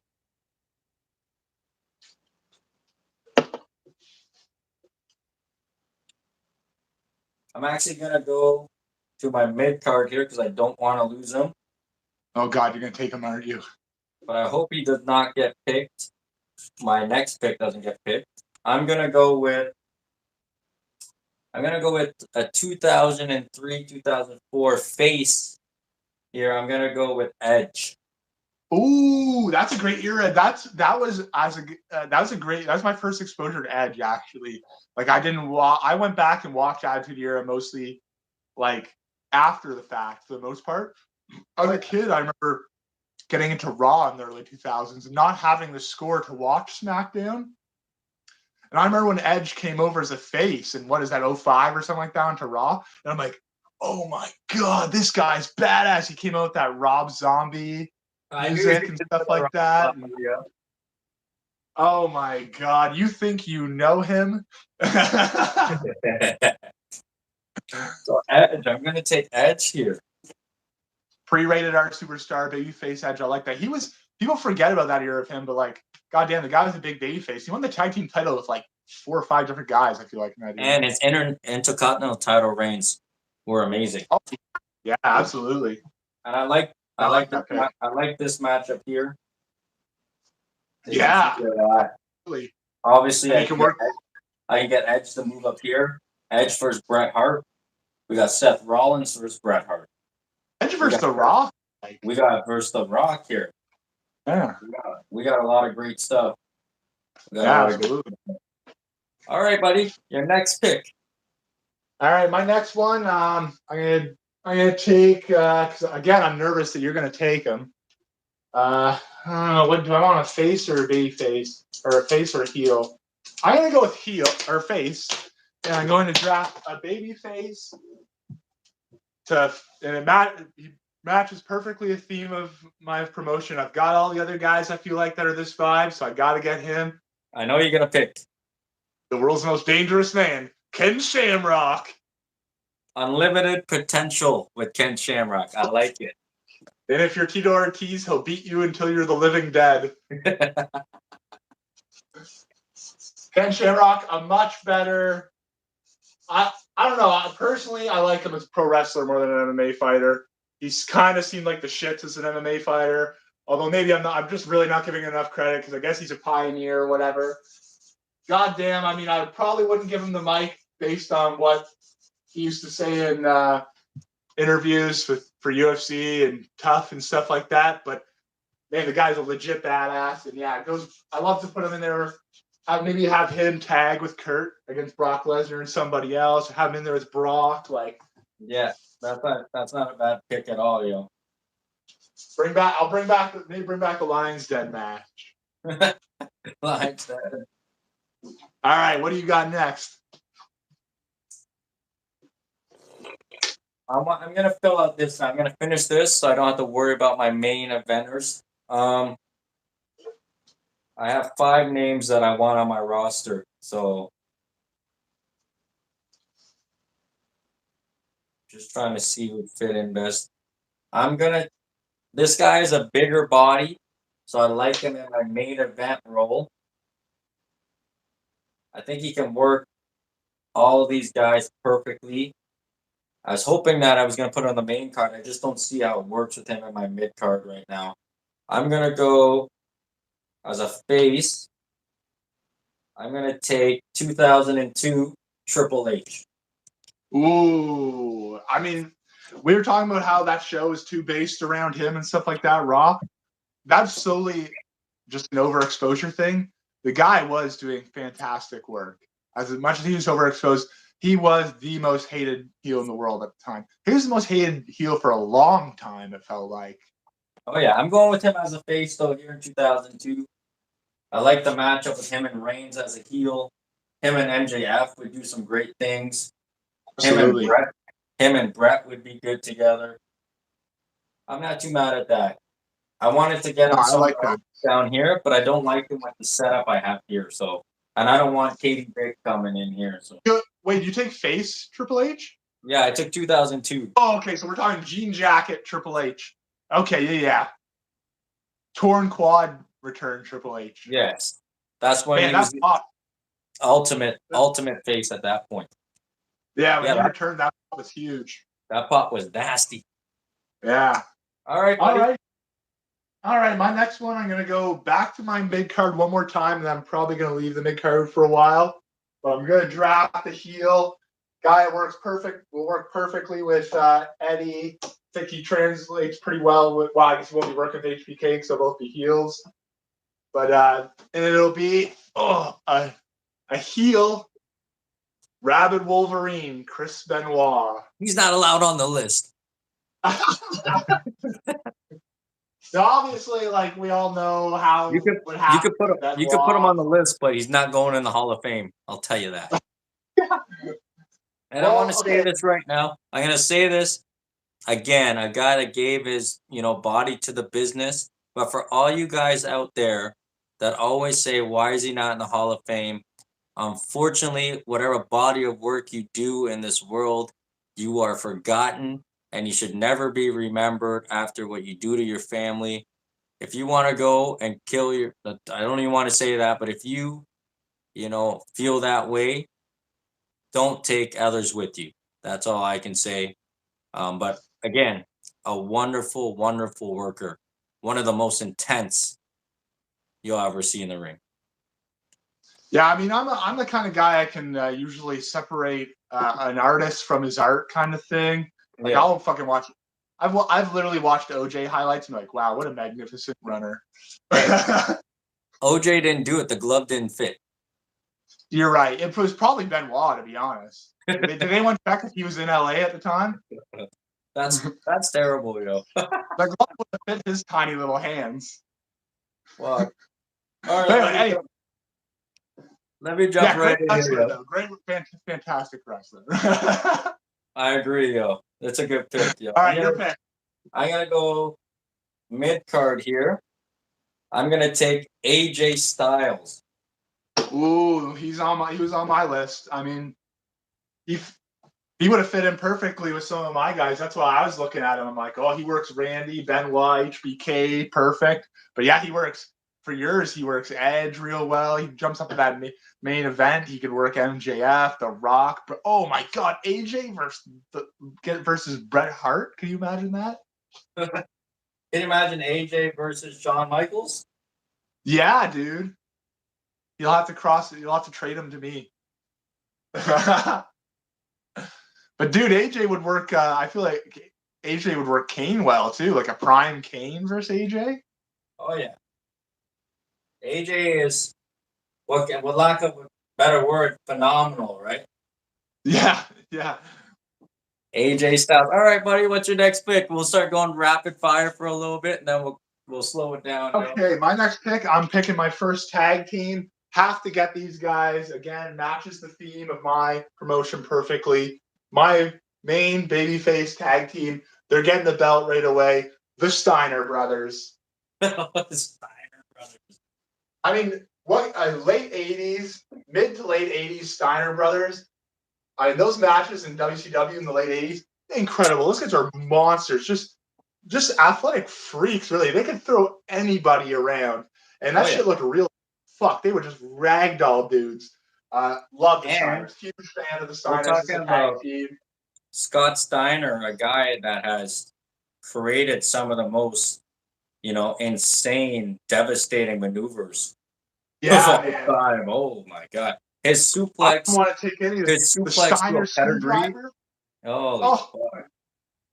Their finisher is scary enough. That's my tag team. I feel like they fit in perfect with Angle, Lesnar, Shamrock. I agree. Steiner is right up there with those guys for sure. Even his brother Rick. Yeah, man, Rick was the beast. I think Rick was, to be honest, the better wrestler in the ring. You think so? I thought younger Steiner was a great performer. Yeah, I think Scott is too. And Scott, to me, has the memorable moves and stuff. But I always loved. I thought Rick was. I mean, Rick was good at Mid South without Scott. Like, that's true. Yeah, he was. He's actually in some big trouble right now about something at an autograph signing. I don't know. Oh, right. Yeah. I don't know what it was. I never really looked in it, but it was Rick that's he got in some kind of trouble. Oh, that dog-faced gremlin. All right. I'm going to take, as a heel, in my mid card, I'm going to take Finn Balor. Ooh, there's a good pick. Finn Balor, I mean, he's still even fairly young. I mean, he's been doing it for a long time. That dude's been wrestling for a long time, and he's still pretty young even. At least he looks youthful still. Like, this is the guy that my wife eye fucks all the time. Oh, see, when you were saying that before about what your wife's favorite wrestler was, I'm like, you already said Roman. I thought everybody's wife's favorite wrestler was Roman. That makes sense. He's probably the next handsomest after Roman. She can't help but look at the screen when Rhea Ripley's on, and neither can I. That damn handsome Irishman. Yeah, I was Balor. I was super hyped when he came in. It was disappointing his first run there. That just poorly timed injury. Like they gave him the ball to run with, and I'm sure he would have done a great job running with that title. But then that injury right at the beginning of his run, that was a shame. Yeah, that was a bad injury. All right, buddy, where are you going here? Okay, my next pick, I'm going to see. I think I'm gonna go back to my tag teams. No, trying to think of who you're gonna try to take that I want.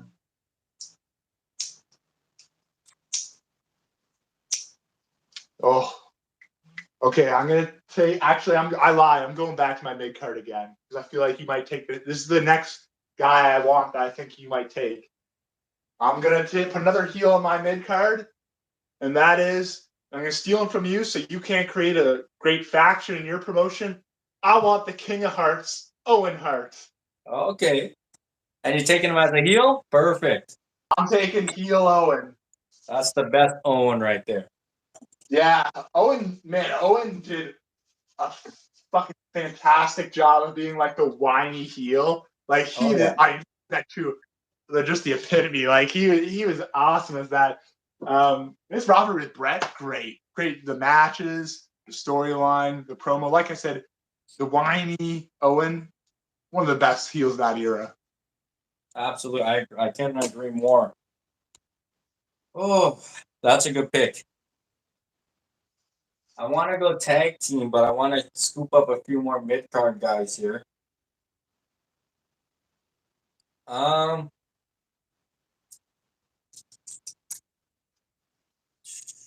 Fuck. Do I want him as a heel? There's so many mid card guys I can fill in, so I'm not really. Oh, absolutely. There's so many good options. That's why it's like, unless there's really specific guys you want.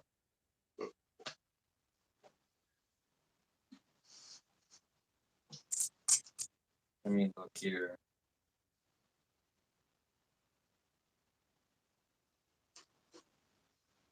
I'm gonna go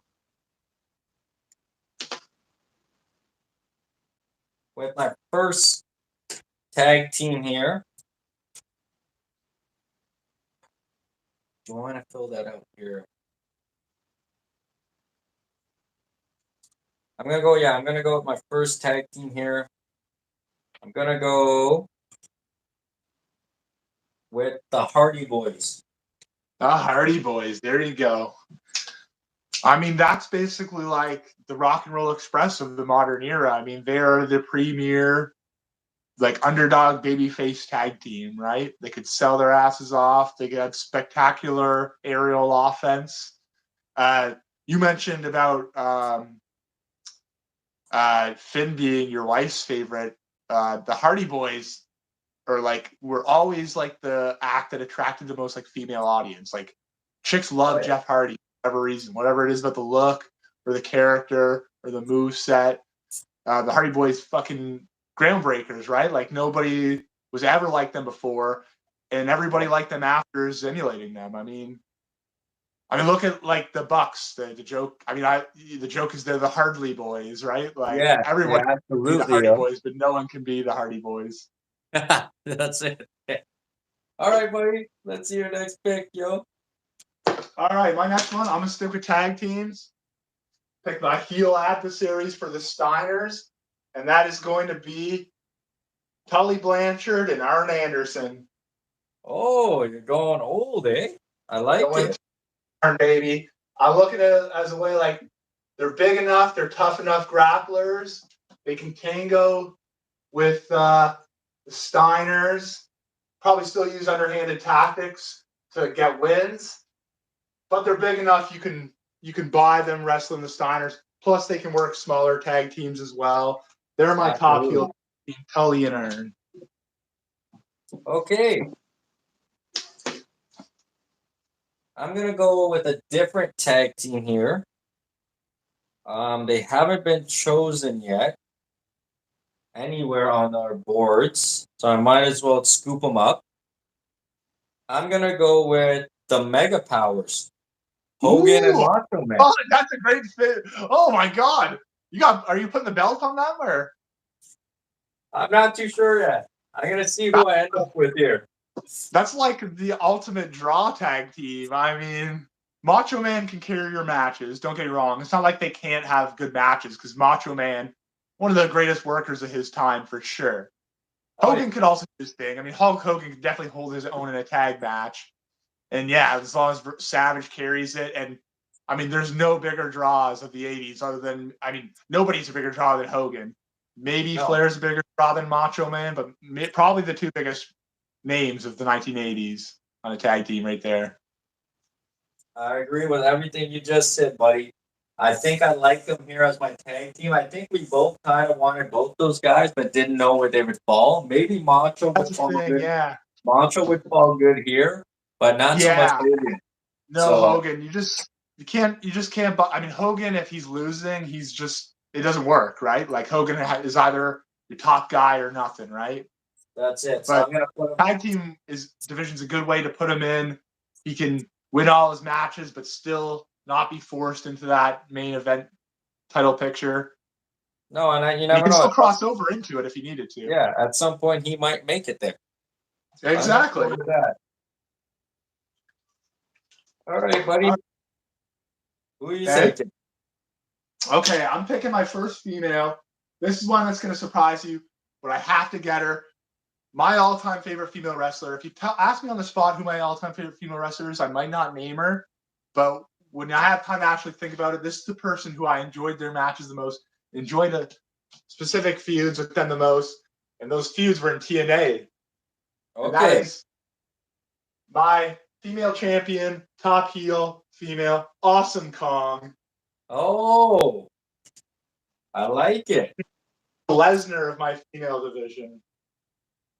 She had a short stint in WWE, and then she got pregnant, and then I think had a miscarriage, and we never seen her again. Yeah. Yeah, they were obviously going to push her to the moon, which doesn't say much because they didn't really have anything at the time, I don't think. No. But yeah, unfortunate circumstances basically made her run non-existent in WWE. But oh man, her work with Gail Kim and TNA is probably, I would say personally, my favorite. It's not the greatest or anything, but it's my favorite work of female wrestlers of all time. I like it. I'm gonna counter you here with female. Okay. I'm gonna go with another heel. Her work, you're talking about great female work. Her work inspired so many great female wrestlers to come, and I'm talking about Rhea Ripley as well. Her matches with Alundra Blaze, unbelievable. She's been in All Japan. She's been in WWF. She's been in WCW. She's wrestled in Mexico. Oh, I'm gonna go with the 200-pounder. She's an amazing heel. She's amazing at telling a story. She's vicious. She looks vicious. I'm gonna go with Bull Nakano. Oh, Bull Nakano. I didn't know if you're going Bull Nakano. I thought you were going Ashikam there. No, I have her on my list here, but I can't lose this pick right Bull here. Nakano, yeah, you can't go wrong Bull Nakano. Bull Nakano was too ahead of her time for WWE when she came in. Like, I don't think they weren't really ready to even take it that seriously, I don't think, in WWE yet. The problem was the guys weren't ready for that. That was the issue. Yeah. Like Luna lost in the shuffle because she didn't have like a sexy aesthetic, but fucking badass, great wrestler though. Amazing wrestler. I like that. It's a good like top female to push in your division that isn't like superly overly exposed in North America yet, but still like an absolute legend. I like that pick. I wanted that pick bad, yo. I like that. I'm going back to females again too, and I'm drafting another heel female, and that is going to be. I got to pair her up with her father and Tully and Arn and make a new age 4 horsemen, and that is Charlotte Flair. Woo! Great pick. Honestly, one of the greatest females ever. You could put her name to Rick all you want. She is fantastic. Yeah, and what a perfect combination of like she's able to still like be a tribute to her father, play up the Flair thing, and still she's not riding his coattails. She's completely her own thing. She's got her own style. Yep. Like, yeah, incredible. Almost like a modern version of Rick, to be honest, just without a wiener. Which is really, if you think about it, the penis was Ric Flair's greatest weakness. So without that, really, Charlotte's better. That's it. How much trouble did Ric Flair's genitals get him in over the years? I'm gonna go with another female here. I didn't know we had 8 choices here, so I'm gonna go with a face. Obviously, I have 2 big body heels. I'm gonna go with a high flying face. I'm gonna go with Lita. Great pick. Lita, I mean, her and Trish were hand in hand the 2 biggest stars of our childhood growing up in female wrestling. Completely revolutionized it. Really, they're the first ones that we saw be taken very seriously. I mean, when we started watching wrestling, they were in an era where women were mostly used for TNA, right? Like tits and ass, right? They were sprayed around because of the way they looked. Lita, I mean Trish, but especially Lita, really pushed through that boundary. I mean, the first main event on Raw, Lita and Trish, the female wrestlers, like and the first female main event on Raw, whatever. An era that was dominated by, The Rock, Austin, and Lita was getting a pop louder than them. Yeah, man. That's insane, dude. Can you imagine the think of that? That's wild. Unbelievable. Great talent. What can I say about Lita, yo? I can put her in a heel form, but with what I got right now, she'd be perfect as that face that the fans can get behind. I like that pick here of Lita. on the WWE how badly they shamed her in their booking on her way out. Oh yeah. Remember when Primetime robbed her locker and found that dildo? Yeah, exactly. Shame on them. One of the greatest wrestlers in the history of their company. Okay, I'm sticking with the females, and I'm sticking with the blue. You know who I'm picking. My first crush as a child, Trish Stratus. Absolutely. I mean, she's the epitome of a baby-faced female wrestler. She could work, and god damn did she have the look. God damn did she have the look. Buddy, we already talked about it before, the amount of times Lita and Trish had made my pee-pee go bing bing. Buddy. Dude, I remember my birthday. My dad took me to see WrestleMania 20, which was a fucking dud, by the way, at the movie theater. Oh, I was gonna say you went live. I was gonna say, oh.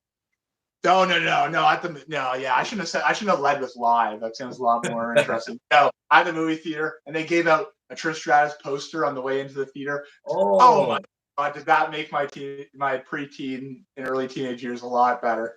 I wish I went to 18. I wish my parents' neighbor went to 18. He was behind the Titantron, but he still went. Oh my god! Wow, they just sell any ticket, eh?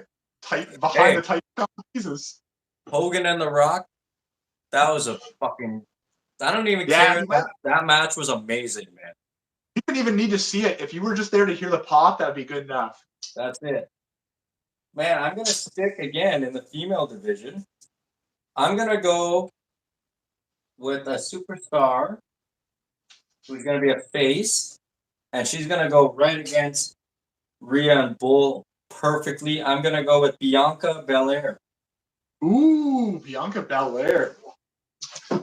One of the best young wrestlers that they have in WWE now. One of the best physical athletes for a female wrestler ever, wouldn't you say? Oh yeah, she is a monster. So is her boyfriend. I don't know if it's her husband, Montez Ford. That frog splash that guy does. Oh my god, where did these guys come from? I know, they just build athletes different these days. I mean, I think she was some sort of decorated, I don't know if collegiate or just high school. I think collegiate, like hurdler, I'm pretty sure.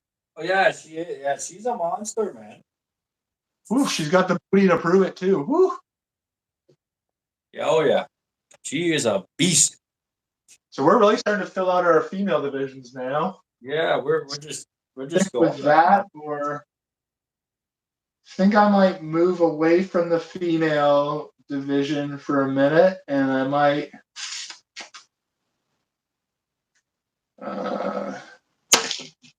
I'm going to draft a little bit of personality and a little bit of change of tempo into my wrestling in my mid card, and I'm going to draft a heel, Cactus Jack. Oh, I like it. Yeah, I'm thinking more like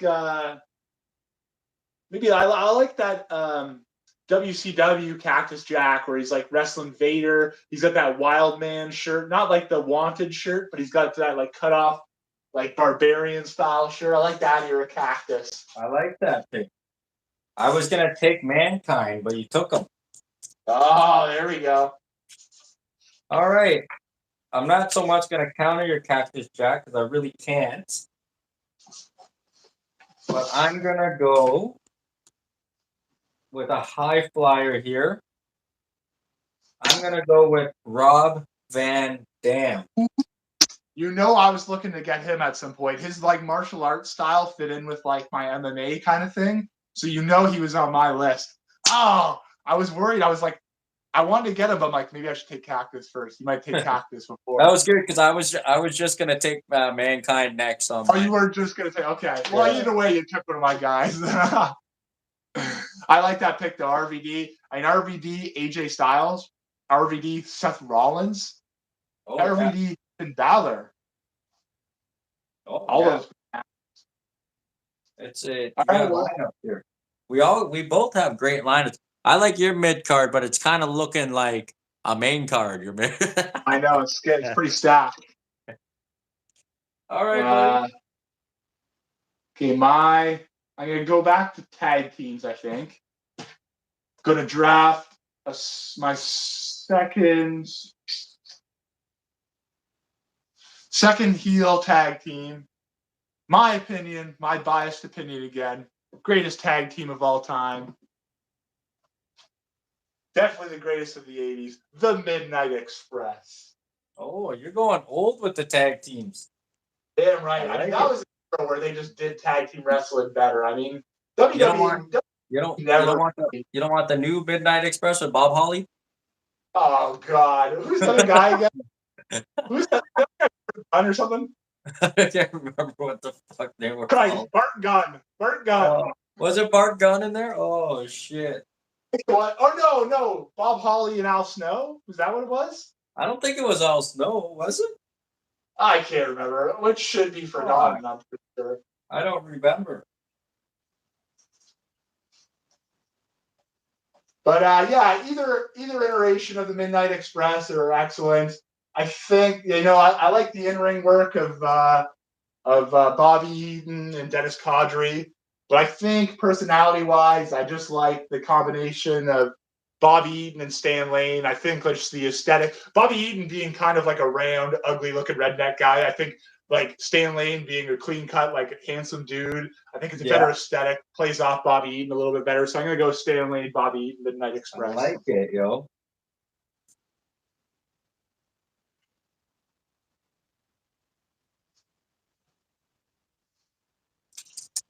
All right, I'm gonna stick with my main mid card here. Ooh, there's some big names I have here still. Big names. Ones. Big ones of old and new. Holy fuck, there's some big names. I'm gonna go with a guy that has reinvented himself. I think, we talk about WWE being predictable. I thought predictable was a good thing. Saying this year, I thought this man should have been the WWE champion. I think predictability again would have worked here. We were all expecting it. WWE gave us that curveball. But I'm gonna go with Cody Rhodes. Cody Rhodes, excellent pick. Cody Rhodes just I'm just gonna put C. I'm gonna put C Rhodes because I don't have much room here. Yeah.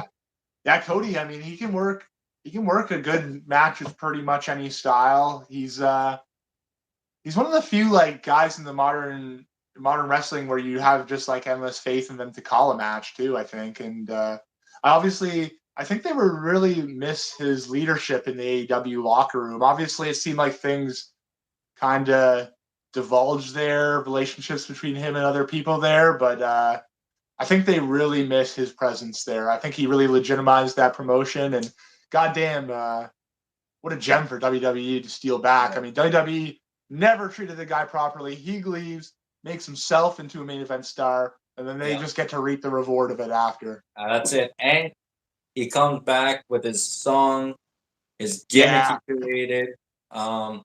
Man, has he put in the work and become such a fucking great storyteller. Predictability was a good thing. I thought he was going to win it. I was actually very upset when he didn't because I thought they rode off in the sunset perfectly. I was calling for a Kevin Owens, a Sami Zayn to come in and interrupt, and they did, and I was perfect. I loved the swerve though of Solo. I didn't see that coming. Man, all roads lead back to Roman Reigns. Hopefully, it's probably Vince's idea. Let's put him with Brock.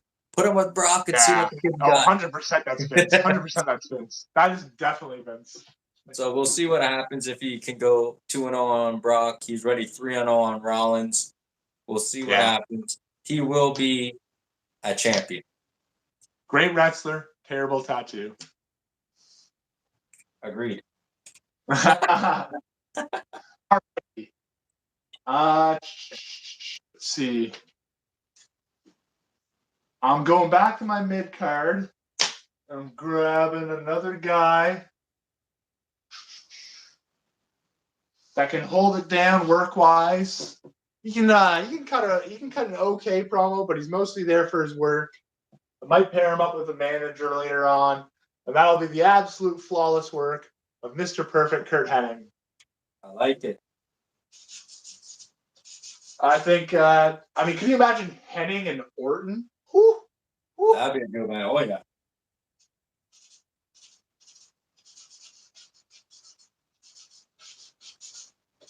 So yeah, Kurt Hennig in my mid card. Him and Owen too. Oh man. Oh yeah. I like that. I like it. All right, what do you got next?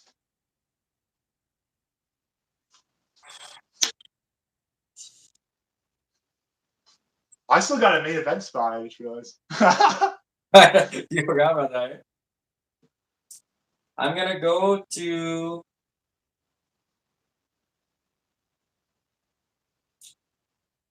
He took those fuckers already. He took. I can't. Oh no, I can still draft those guys.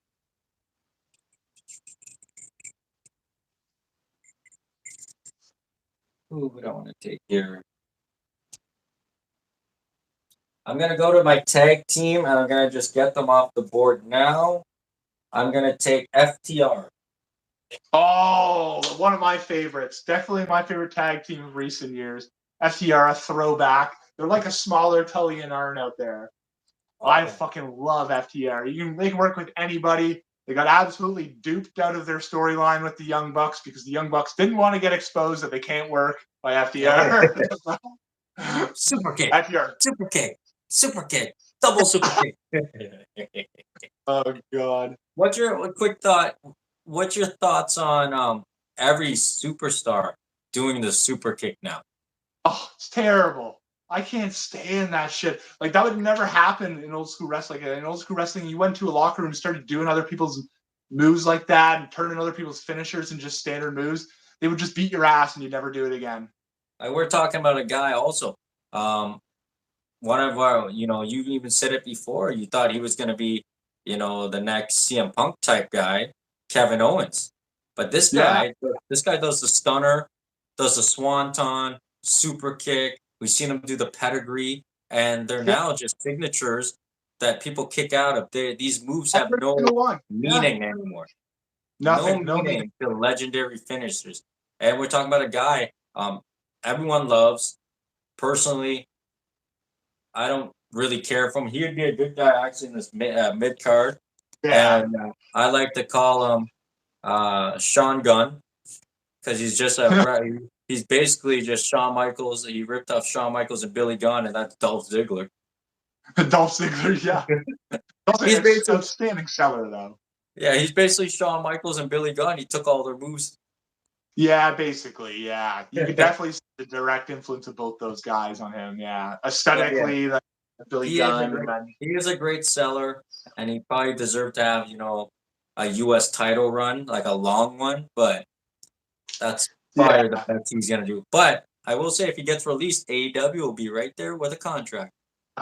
Yeah, and man, he'd be a great selection for a jobber. You'd sell for your all your guys like that. Is a good selection for a jobber. Yeah. All right, my next one, I am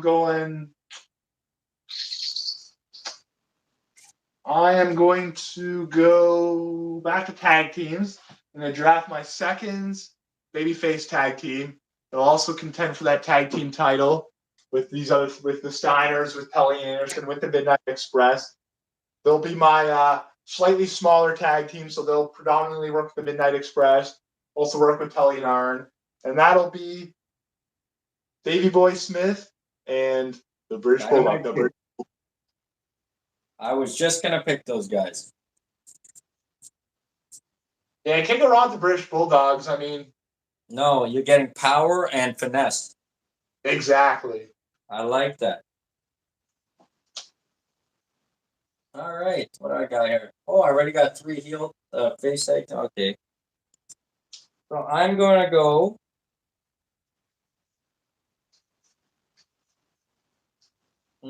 I don't think it matters if I go heel or face, but I'm going to go here, tag team. I'm going to go I'm going more newer school. I'm assuming you're probably gonna have the Von Erichs, the Freebirds, Legion of Doom, I was thinking Demolition. about LOD. Demolition. Not Demolition. There's Lady. Although I love what's his face? The guy who's Crusher Crucive.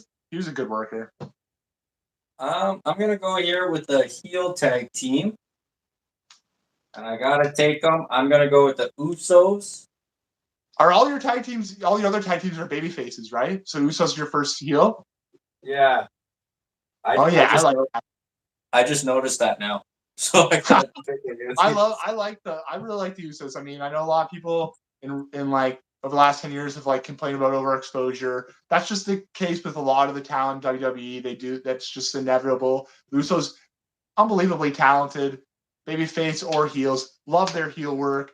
They seem way more legit. They're able to be themselves. They're way more cool when they're heels. There's like gangster aesthetic. I love Jimmy and Jay. They're doing some good things. Yeah. Before they lost the title, I actually thought that Swerve should have went differently. I thought Sammy should have at least won one of the titles, and then you do a split. I thought Sammy should have. It was working towards a Sami Zayn heel turn, and then Jay should have turned on Roman at that time to help Sammy win the title. That's what should have happened.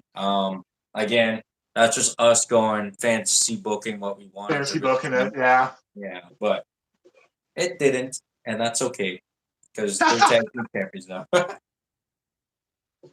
All right, buddy. Who's next? All right. My next pick, okay. Let's see. I'm gonna go.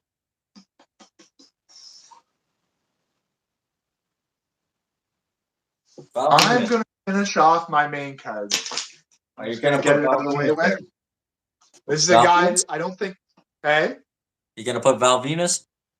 Val Venus. Have you ever seen him? He's like one of the most like avid conspiracy guys online nowadays. It's like, what happened to you? I knew it more when you were just a porn star.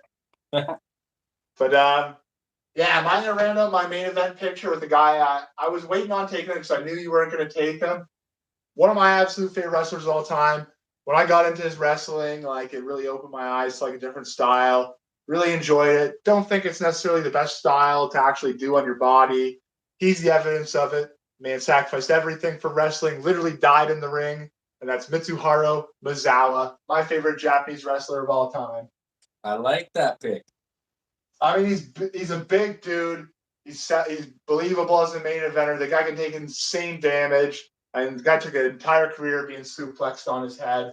Love Misawa. Love his work with Kobashi. Love his work with Vader. Just love Misawa in general. Yeah, Vader would have been a good pick for the main event too. Big Van Vader. Van Vader would have been great. I was definitely strongly considering Vader, but it was just if you took Lesnar, Vader might have made it in there. But as long as Lesnar was available, he just fills that role. Okay, I'm gonna go. I think this tag team here works good, but I don't know if you're gonna take them. I don't want to put them there. Don't want to put them there. I need a heel tag team. They're a heel. I don't want them. But then mid card, I could fill it out here quick with somebody. Here, will you make this pick? I'm running to pee because I'm too many beers deep. Give me 1 sec. Go.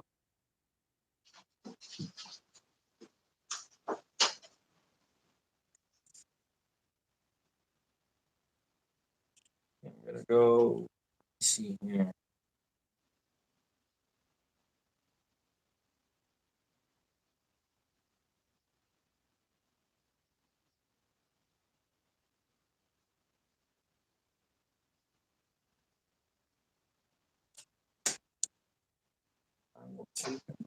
Here.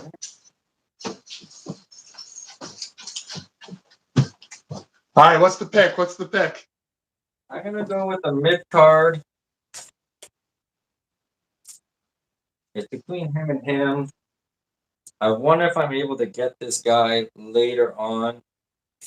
I don't know if you're going to take him, though. I think once I take this pick, you're going to take the guy I want. Nah, fuck it. I'm going to go with this guy. I'm going to go mid card. I'm going to go King of the World Y2J. Ooh, good pick. Good pick.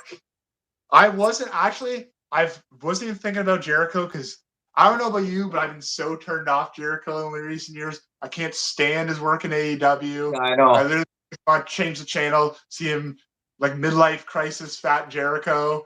But I mean, in his prime, when our childhood, Jericho was the fucking man. He was like the total package, could wrestle, cut an unbelievable promo. Yeah, Jericho was the fucking man.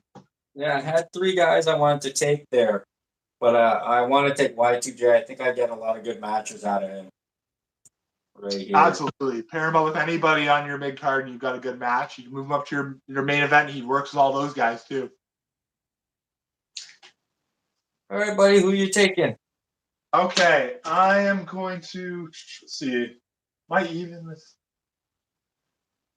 Okay, I got 4 heels, 4 baby faces on the mid card. Let's see.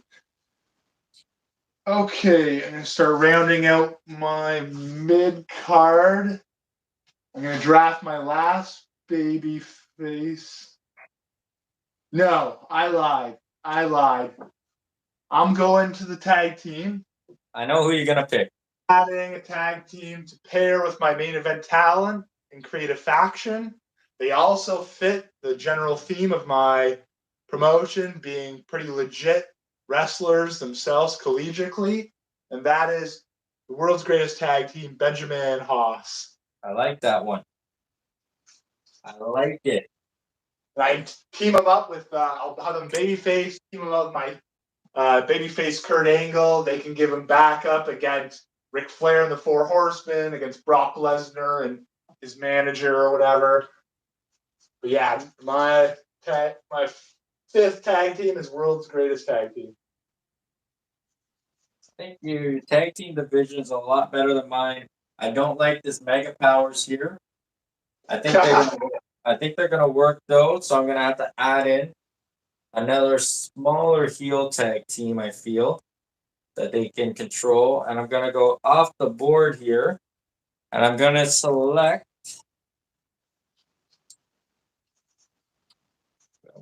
I'm going to.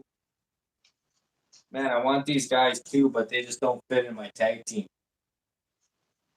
All right, boards. I got High Flying. I got 2 guys that are powerful. I got 2 guys that can work anything. Another group that can work anybody. Um, I'm thinking, yo. No, you know what?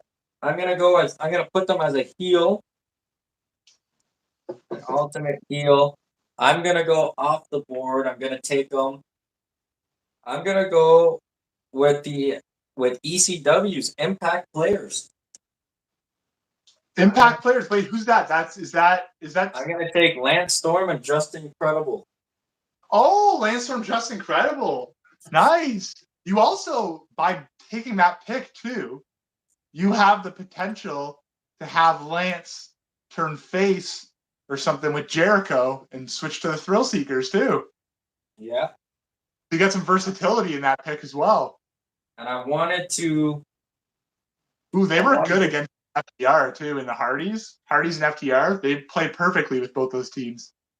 Yeah, and I wanted to kind of add in something different with heel Bret Hart, and I wanted to add him and the Impact Players together. There you go. It's like almost like a new version of Hart Foundation because you got Canadians and. I think that's gonna fit. I have a team here I really want. I just don't know, honestly, how they fit in. So I'm not gonna take them. I wanted to take them here with the Mega Powers, but Hogan and Randy weren't there. But I like that combination of Power and Randy can do it all. So I'll keep that. Yeah, definitely. All right, buddy. Tag team division because all the teams are even. Like you could have the mega powers kind of run over all these teams. They're bigger than them all. They're like the monsters, the big bad boys of the division, the top guys, the biggest stars. But all those other tag teams like are so even. They're like battling neck and neck for a chance of them, kind of thing. You know what I mean? Yeah. Like I have a few guys I want to take here. The next guys I want to take, but they won't. I don't want to draft them because it doesn't make sense. No. Trying to think of who you're thinking of, but I don't know. Actually, I'm probably gonna take them next. If you don't take them, it makes sense because I want to match up this team with them. So we'll see.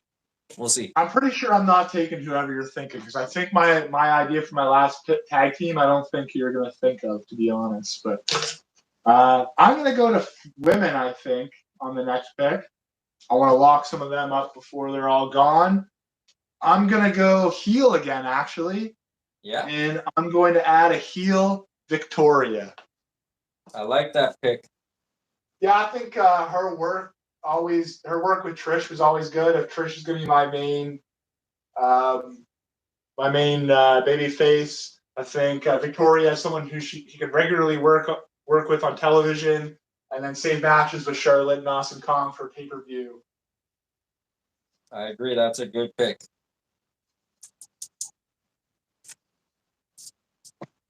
I'm gonna go to women's as well here. I got a heel marker in my hand. Let me see.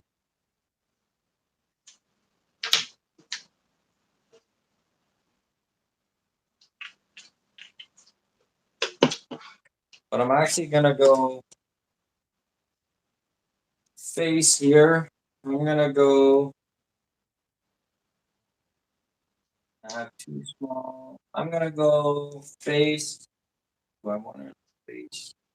Ooh, it's tough. She had such a good run. Oh no, I got 8. I got 8 available. Okay. Shit.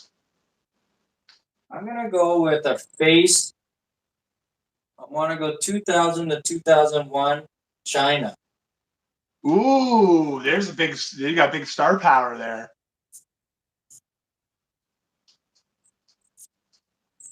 I know she wasn't the cleanest worker, but China versus Rhea Ripley sounds pretty good. Yeah, China versus Rhea Ripley, China versus Bull Nakano. Yeah, I like China there as that's a WrestleMania match right there. Yeah, you definitely have enough talent to carry her in the match, and then like you have all the benefit of China as a draw too. Yeah, I'm gonna stick with that. I'm gonna go back to females, and I am going to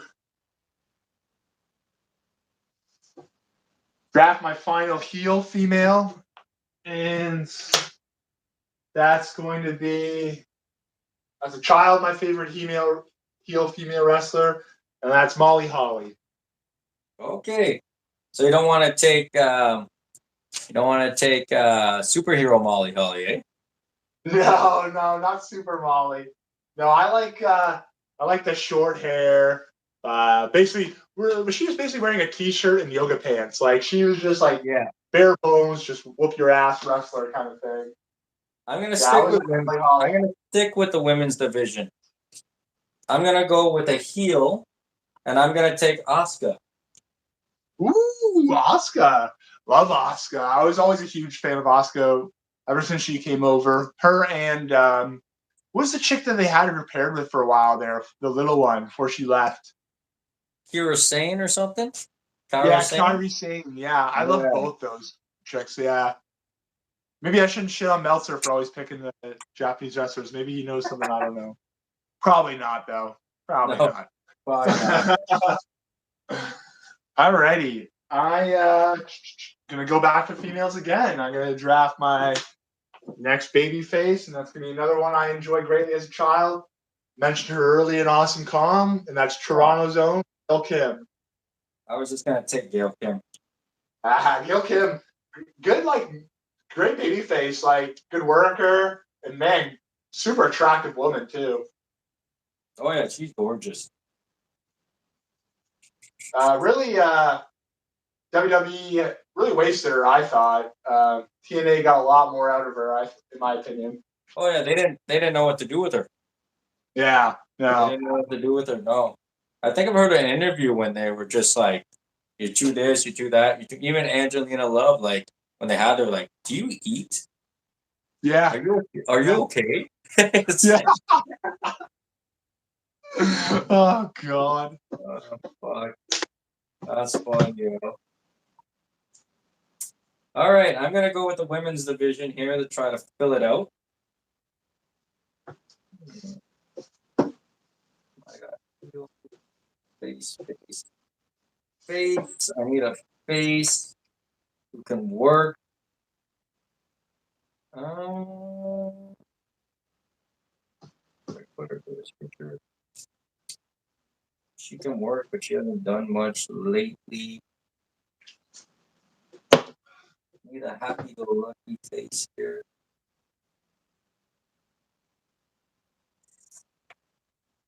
Fuck. That fucking young kid I told you just rang my doorbell. I'm not going out there. No, that's too bad, yo. Oh, What you time need is it. it? You need it. It's like 12. It's like quarter after 12, 20 after 12. No, now my dog's barking, yo.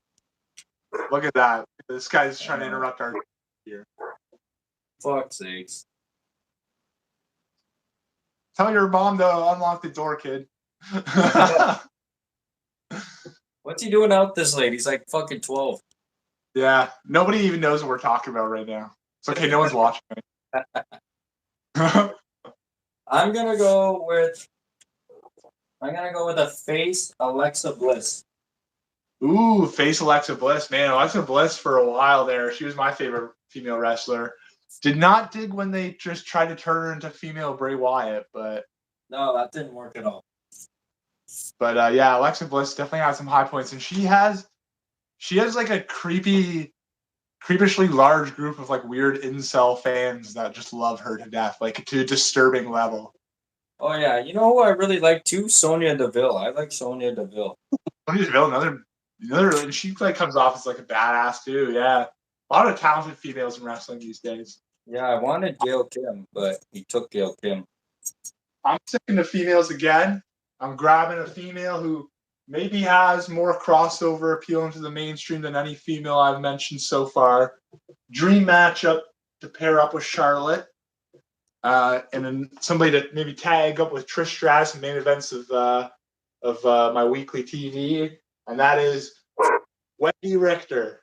Oh, you're going Randy Richter. Yeah, Wendy Richter. I mean, she could have been the Hulk Hogan of females, but just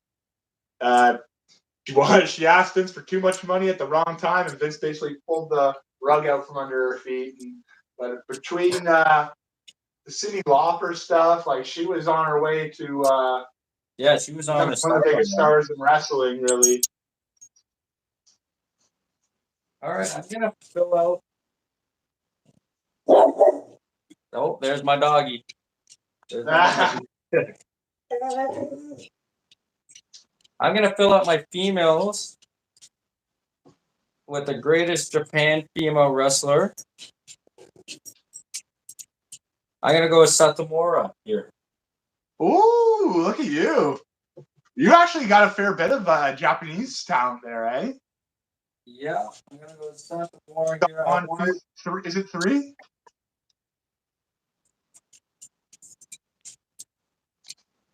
I'm gonna go with Satomura here. That finishes. I think I got a good mix of strong, very strong heels with very likable faces here. I think there's a good mix here for me. I like it. You cover a lot of bases there. You got high flyers. You got a couple bruisers thrown in there, some grapplers. Yeah, it's just filling out the last two are gonna be a little tricky for me. I'm gonna try to wrap it up in my next couple picks here. Yeah, I'm trying to think. Some even for heels and faces in my mid card. My next pick here is gonna shock you, I think. Is it my pick or your pick? It's your pick.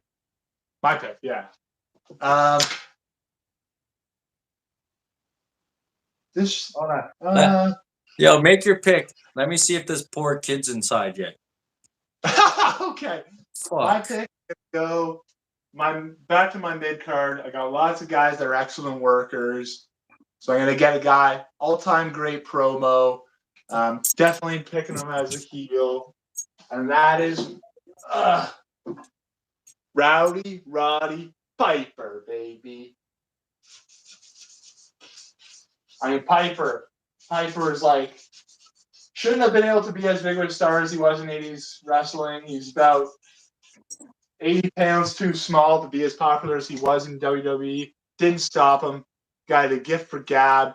Super clever dude. Great hateable heel. Really reinvented the heel promo. Roddy Piper, my last heel pick for my mid card. I like that, Roddy Piper. That was your last one? Well, my last heel pick. Oh, heel. Okay. My mid card is gonna be babyface. All right. Keep the numbers even.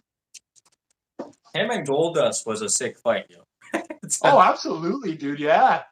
I mean, he kind of like Piper was on done the mic. before that like hardcore brawling era started, Yeah. but he would have suited Attitude Era matches really well. Yeah. Piper on the mic, though. Oh, unbelievable. He was able to even do some. He's even have moments even in the worst of WCW. All right. My next pick here, I'm going to go way off the board. I don't think you've ever seen this come in. Just like your Ken Shamrock pick, I'm going ultimate potential with this pick here. He's going to be my U.S. champion. I thought WCW dropped the ball here. Yeah, it's something special here. I'm going to darken it up a lot more when he's on my roster. I'm going to take Alex Wright as Berlin. Oh, wow. Berlin. Look at that.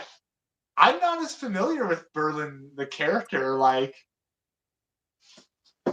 he was a cool looking German style character, but he just wasn't dark enough. He had a good entry, everything. But I'm going to turn him dark. I'm going to turn him to a badass heel.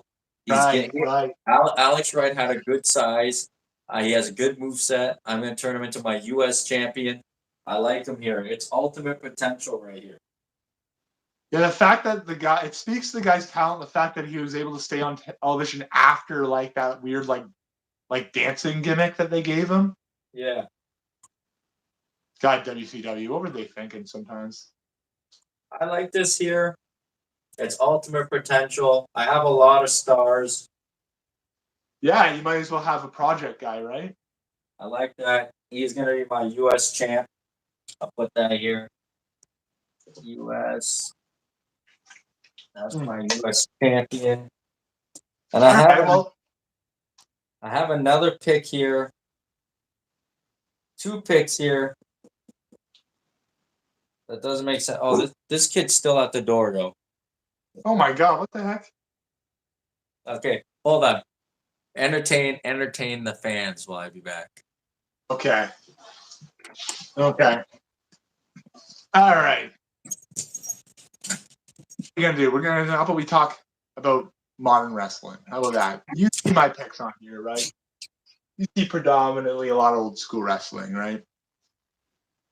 I don't get what the deal is with the modern shit. Like, we talked about the finishers, the high spots, like supposed to be simulated combat, right? I don't get the shit where it's just gymnastics at all. I'm not none of that in my promotion. Strictly the rules of my promotion, you're only gonna get coming off the top rope maybe once or twice a show. So it seems special. That's the most important thing about wrestling. Everybody knows it's fake, right? But you still can't rub it in their face that it's fake. You gotta take it serious still, right? And it's like you have all these high spots, you have all these ridiculous stories.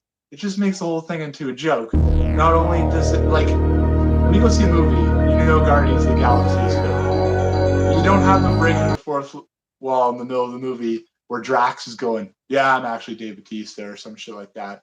And that's how wrestling needs to take themselves just as serious as any other fiction. But they've gone away from that. They've just accepted this fact that like wrestling isn't real. So we're just going to treat it like an open canvas where you can do anything. But there was a reason why guys like Bret Hart and shit protected the business. They knew it was about the longevity. We glorify an era like the Attitude Era. It brought in so many views and stuff. It's the reason why guys like me and Chris got into wrestling.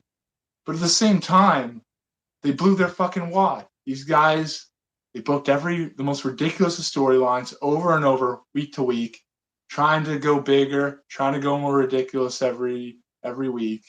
And it got to a point where you couldn't top it unless you could until you're doing storylines with Kane having sex with corpses and shit like that. Just horrible television. And that's where it led to. And I feel like people understand that when it comes to the storylines now, but people still don't really get that when it comes to the work. Like, if you just do fucking everything in your match, none of it matters. Like, we were talking about Bret Hart. Bret Hart got taken, third overall in this draft? I've never seen Bret Hart do a fucking moonsault in my life. And he doesn't need to. I mean, Bret Hart's, if he does a leg sweep or a drop kick, means more than half the modern guys doing a 450. You know what I'm saying? Like, and I'm sure this is probably nothing that most wrestling fans haven't heard. Oh, there's Chris from other old school fans. But that's just where my mentality's at. There you go. I entertained while you were gone, ranting about wrestling. Okay, no, that was weird. He got inside somehow. He knocked on my door, and then he said, "Someone's in my house. Can you come in?" What the fuck? I had to go in his house and look around. Was there someone in his house? Oh my god. The kid is literally living, you know, the 7 promos when Goldust went to WCW? That's what he's going to his bed and 7's at the window. Oh. Okay, 1, 2, 3, 4. Wait, so what was the last pick? Was it Berlin or was it Piper? It was Berlin, right? Berlin, yeah. That phases out my top there. I'm going to wrap up my tag team division with a pick that I don't think you would think of. One of a kind of a what if. I feel like they weren't together long enough. Variations of the faction were, but this combination of guys weren't together long enough. I'm going with the Varsity Club, but I'm going specifically with one of my favorite wrestlers of all time, another super legit guy, Dr. Death, Steve Williams, and Mike Rotundo. That combination. Okay. So Dr. Death, Rotundo, heel faction to fill out my tag team division. I like that. So the Dudley Boys don't make it on your list, eh?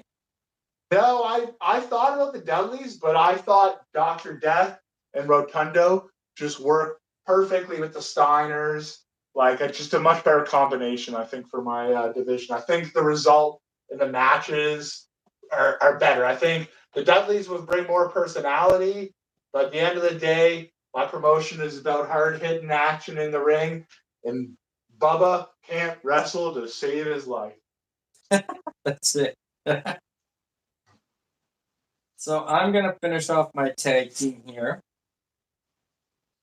There's a few guys here I like. I like what the Hardy Boys bring. I need a heel team. I like these 3 can work together. I think anyone can kind of work with the Mega Powers, with the Usos carrying the match, the Hardy Boys carrying the match, even the Impact players carrying the match. Oh, yeah. I'm going to go with the heel team. I'm going to put them as my champion. And I want to run my first program with them and the Mega Powers. I'm going to go with a tag team here that literally changed professional wrestling. I'm going to go with my champions here, Mega Heels. I'm going to go with the Outsiders. Ooh, the Outside. That's a perfect team. That is the perfect pick to pair against the Mega Powers. That is perfect. You got dastardly heels, lots of size. You got Nash. It's got size over Hogan. Hall probably has size over. Oh yeah, Hall's definitely bigger than Savage. Oh yeah, so Hall's big. That's beauty. That's a perfect pick.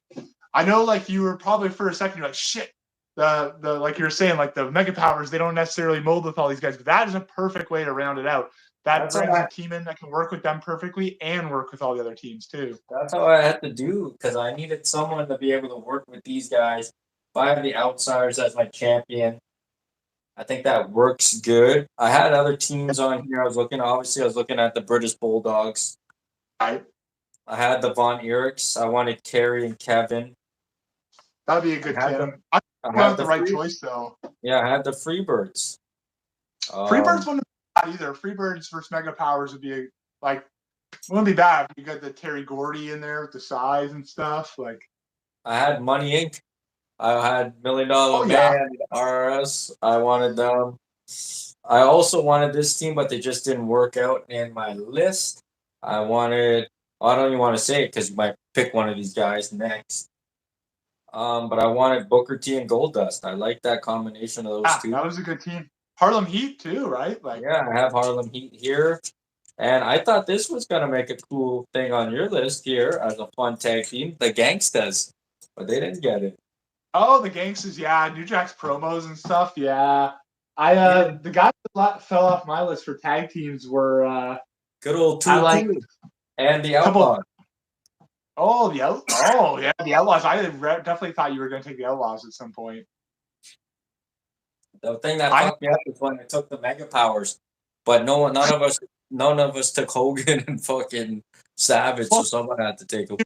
I knew no one was going to take Hogan, and I was pretty sure no one was going to take Savage because they're both too big to not put them in like main events. And it's like we were going to take better workers than Hogan and different Yeah, people than Savage. in this era though, I can put them here. Yeah, I think so.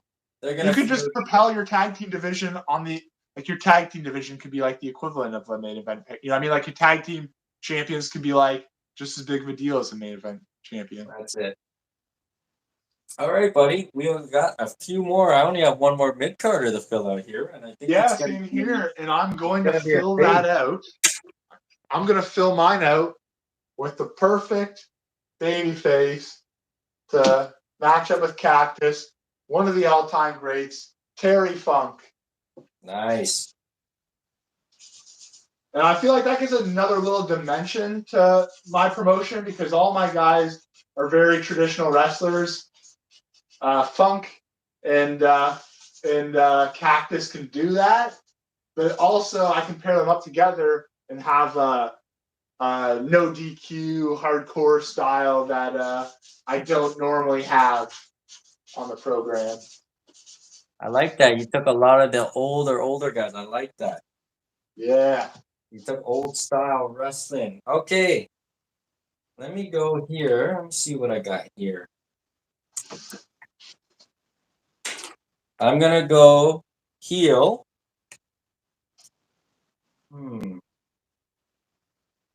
I already got Roman. I already got the Usos.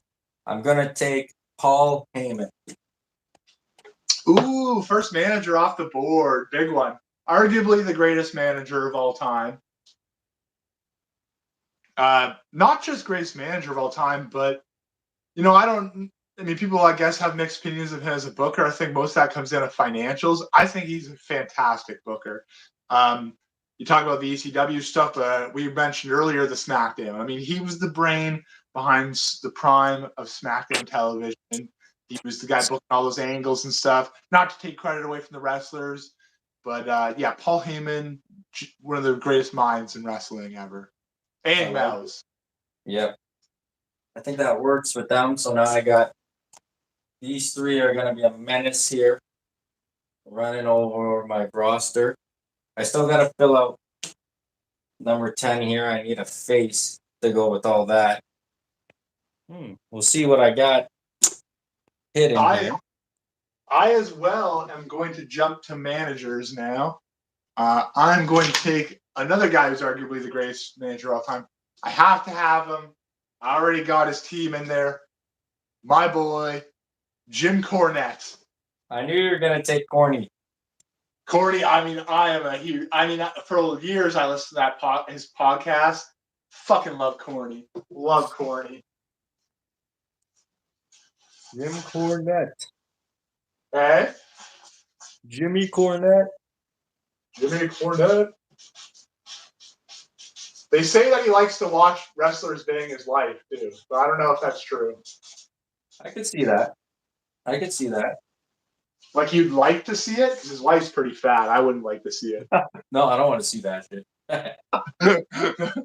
Okay, there's a couple guys I have named here, but obviously I filled out too many heels.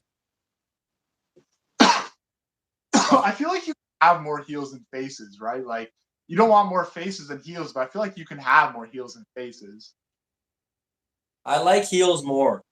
I like Yeah, heels and well, more. heels typically like lose more, right? Because at the end of the story, traditionally the good guy wins. So like, I feel like you need a lot of time. You do need more heels than faces.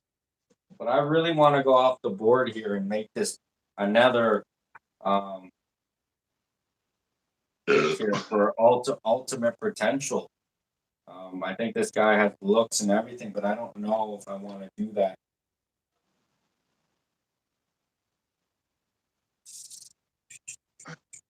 I could go ultimate potential, make him a face, but I also want to give this guy a shot because I love him, and he's not that good, but I love him, and I think he's cool. It's your promotion. It's your So promotion. with my I don't want to do that because it's a weird pick. Because I have a lot of guys on here that fuck. Well, I have no mid carders left, so unless you're worried about me taking them as a manager, a GM, or a jobber, you're pretty safe. No, I have guys. I can say it. I have Ricky Steamboat. I have Oh, he's on Okada. mine too. I can't believe I didn't take Steamboat. I have Okada. I have Ospreay. I have Jake Every Roberts. dude, any modern wrestling fan that's watching is like, oh my god, no one's taking Omega or Okada. Yeah. These guys don't know wrestling.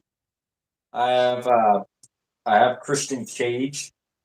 Ooh, another good one. And you got Edge too already too. I have Rey Mysterio. Ooh, Mysterio. I can't believe this. I can't believe I didn't take him. I had Raven. Ooh, Raven, one of my favorites. Not only the greatest worker in the world, but personality wise. I have DDP. Let me see. I need a face. Still there? Did you lose me? No, I got you. Okay. Mine tripped out. Now it says we're only 10 seconds in. No, mine says 2:17. We're okay. Oh. I disconnected. I'm gonna go. I want to go ultimate potential here. I think this guy has great potential, but I need someone to compete with Kane. Oh, you need size. So I'm gonna go with size, and I'm gonna take a face, Drew McIntyre. Ooh, that's a good one. Drew and Kane. Drew and Prime Kane. I like that. Let's see other heels. Let's see Drew and Seth. Good match. I like that. I didn't want to take him though, but not everything, right? I wanted to he's go one of with those guys. He was anointed right from the beginning by Vince, which really is kind of it seems like, but I wanted to go potential. I was gonna go potential ultimate with Mark Jindrak. I like Mark Jindrak. Yeah. I was gonna go potential there. That's a guy that has the look, he has the ability, and he really took off in Puerto Rico. I don't know if you ever seen any of his stuff in Puerto Rico. Did you ever watch any of that? No. And another guy that I really wanted to pick but didn't make my list was a guy I watched a lot growing up in backyard wrestling. And no, you know what? I'm not gonna say it. I'm gonna say him next. He's gonna be one of my jobbers. He did make it. Okay. He did make it. Okay, I like that. I'm sticking with managers. I'm taking you got Heenan. You got Heyman. I got Cornette. I'm taking the other guy. So now all the goats are taken up. I'm taking Bobby the Brain Heenan. You taking Bobby the Brain? I'm taking Bobby the Brain, and I'm starting up the Keenan family. You got Cornette, so I mean, you got Heyman, so I'm starting up the Heenan family and his first family member, Brock Lesnar, and I don't know after that, some other heels. So you're gonna take him. I'm gonna take a face manager here.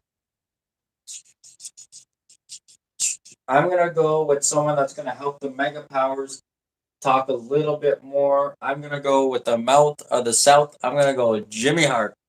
Jimmy Hart. Jimmy Hart was actually in our town like not that long ago, a few months back, at the fiance's old workplace.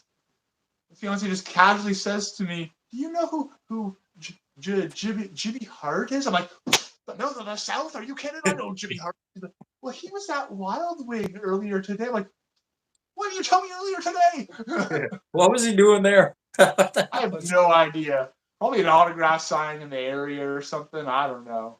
Fuck. Yeah, I well, think listen, I think I think so far you've got me beaten. I like your older style picks. I like them. They're flowing very good together.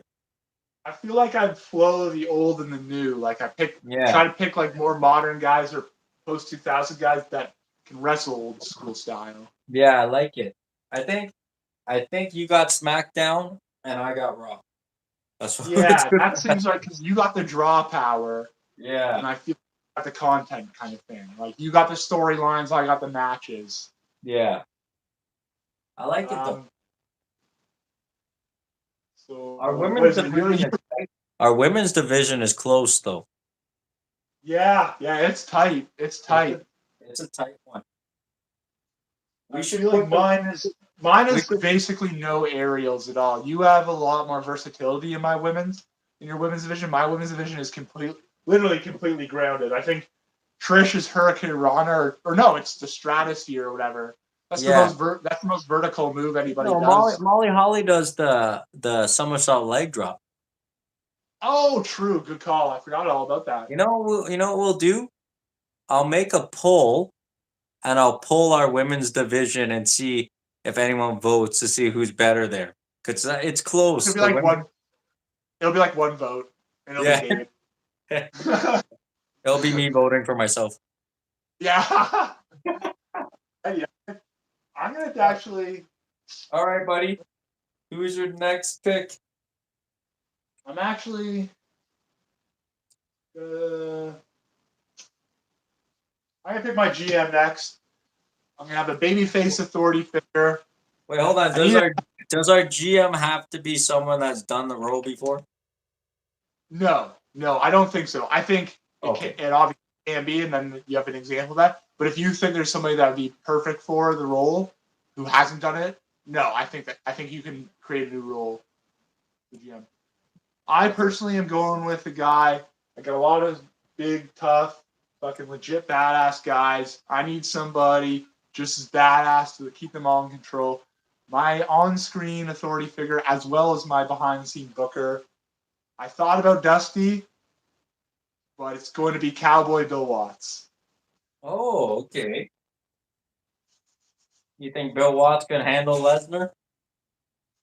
Wow, I don't think anybody can handle Lesnar, but I think actually no, Bill Watts can handle Lesnar. Bill Watts probably pull a gun on him or something like pull a Yeah, head. that's true. You hear the stories about like Bill Watts standing on fans' heads and shit like that? Yeah, he's a maniac. Yeah, he's a tough motherfucker. He didn't fuck with Bill Watts. I wanted Sheriff Austin, but you took him, so I can't take Austin. Not Austin gonna last to be able to get picked as a GM. Fuck. And I was hoping Mick Foley didn't get picked, so I could pick Mick Foley. Foley was good too. Yeah, Foley's a good face. I feel like the heat, like people I'm are gonna so go. used to people authority figure because of Vince was so like that's one everybody remembers. But like the babyface one's just as important. It's good to have like the heel going against the company, right? Like, Yeah, I'm gonna go. Obviously, I can go as Vince McMahon here. Like, I can make that work here. But I'm gonna go different here. I'm gonna go with a guy I think knows the wrestling business. Again, he has a strong voice. I think he can keep everyone in check who wants to step out of line. But I don't think I have much people here. All I got to worry really is about, this guy coming in drunk. Maybe this guy having a hissy fit. Yeah. I'm going to go as my GM. I'm going to go as Jesse the Body Ventura. Ooh, that's a good pick, Jesse. I mean, he's a tough mindset guy, but he's also like got that like workers mindset. You know, he was the guy that wanted to unionize and stuff like Yeah. that. So he's the kind of guy who's like he's got a strong enough personality to run the show, but he also is like the kind of guy he's gonna take care of his guys. I like that. I think these guys are going to like working with the body. I like that. I like that. I like that pick. That's a good pick. All right, buddy. Finish it off with jobbers. I still got one woman too, but I don't know what to pick. But I'm gonna go to jobbers. I'm gonna go to jobbers because there's one guy I definitely want to make sure Do you want us to pick one male and one female jobber? I don't think it matters. Oh, okay. You could do that if you want. You want to do that like that? One male, one female? Yeah, well, I guess it would make it fair, right? It's just Yeah, that makes they're neither heel or face. They're just there to get beat up. So it okay. doesn't. My male jobber won't get any offensive move in except for his one move, who in my opinion he's actually maybe the greatest of all time at his one move. But he's been a jobber and sold all over the place. He comes from a family of wrestling royalty, and that is Brad Armstrong. Oh my god, you're really going jobbers, eh? Brad Armstrong should have been a star, bro. Brad Armstrong is he's like Brian Pillman, bro. Well, if he was Brian Pillman, why didn't you pick him? Fuck. Wow. I You could could have have put picked him as. Pillman. I was gonna pick Pillman. If I would have got Hart, I would have had Pillman, and I would have had my own little Hart Foundation. I'm just writing in my jobbers in black because jobbers don't get a heel or baby face; just get their ass kicked. Yeah, I agree with that. All right, you're up next.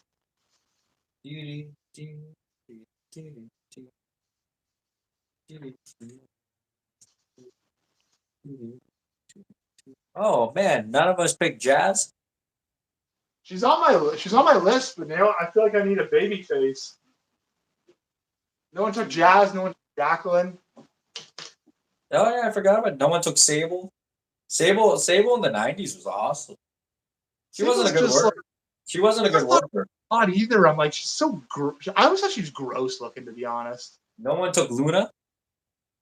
Luna's good, yo. Sherry. Yeah, no one Sherry took. where she was the manager.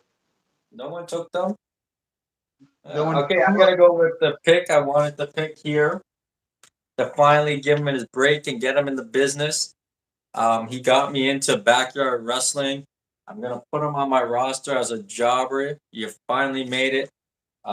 He was known for getting hit with weed whackers and getting power bomb off buildings. I'm gonna go with sick Nick Mondo as one of my jobbers. Mondo, nice. Mondo, there you go. I love it. Nick Mondo will make his way. Oh, my black's not working. Nick Mondo is gonna make his way. Was OVW too, wasn't he? Yeah, Nick Mondo. I like that pick. I thought when I took Brad Armstrong, I'm like, I got the best jobber, but not Mondo. That's a good one. Holy fuck, I never even thought of him. No, I wanted to give him a chance, but he'll get a chance as my jobber right there. I'm okay with that. I was thinking too. You know what you should have done? You should have put Kenny Omega as your jobber. Oh my god, that would have been good. Yeah, I mean, realistically, he'd be a jobber in the '90s. Like he looks like a '90s jobber. I guess I should probably round out my female division. Oh, you haven't finished them yet? No, I still have one more there. Oh, we were just naming off a bunch of females that weren't taken. Yeah, you know who I'm gonna take one that I don't think we named off, and I'm actually gonna end up having more heels than faces in my women's division. That's okay. I'm gonna go with Beth Phoenix. Oh, I like that one. We Based didn't off, talk much about that's Phoenix. yeah, she's kind of. She was the problem is she was on top in an era where she had no one to work with. I think the most prominent female she ever worked with was like fucking Kelly or something like that. Oh yeah. Like her era, she was the only one that could work really. Um, it's nice to see that she got a little bit of credit when she came back and stuff. People seem to remember her. Yeah, she's a good finisher, good strong worker. Can't go wrong. Yeah. And you know who wasn't picked either? Mickey James. Mickey James, yeah, another one that's some people consider her like a top five, top maybe even top three female wrestler ever. Oh yeah. She was really good. No There's a Moolah, no Moolah. no Moolah, yeah. There's a lot of that's the problem, right? There's so many people that get missed out, right? So If I didn't get Trish, I was going to take what's her face, Mildred Bird, original female wrestler. oh fuck. All right. Mildred Bird. I'll round up my female jobbers here. Let me see what I want to put here. I don't want to be too long. I want to get someone that's eye candy that the fans can kind of get behind, but she's never gonna do anything special. Ooh, I Oh, know you who know you're what? gonna I'm take. just thinking Michelle McCool, Layla, Yeah. Nikki Bella actually worked on her game quite a bit. She became Really? actually, Yeah. yeah, yeah, she became pretty decent. Um, Not really though. no, I'm gonna go with Lawler's Lawler's ex-wife. I'm gonna go with the cat. The cat. I like that. I like that for a lower card female wrestler. The cat. And I'm not talking about Ernest, the cat Miller. I'm talking about. uh, who else are we? Okay. Another good worker from that era. Yeah, I was trying to think, but I wasn't expecting us to make a female heel, so I fucking What's the right to censor chick again? Ivory. But Ivory would be a good Ivory. heel. She'd be a good heel. I mean, a good jobber, but she's pretty good though. I like Ivory. I honestly regret my Beth Phoenix pick. I really like Ivory. I think Ivory's an underrated wrestler. Eh, go ahead and change it, buddy, because that means I'm changing one of my tag teams. All right. So my final pick, rounding out my entire draft, my final is jobber, female is Chi- jobber. is China's clit. Oh my God, that wouldn't be a female jobber. That's a male jobber straight up there. To take out Brock Lesnar, bro. Oh shit. In a Kimura and shit.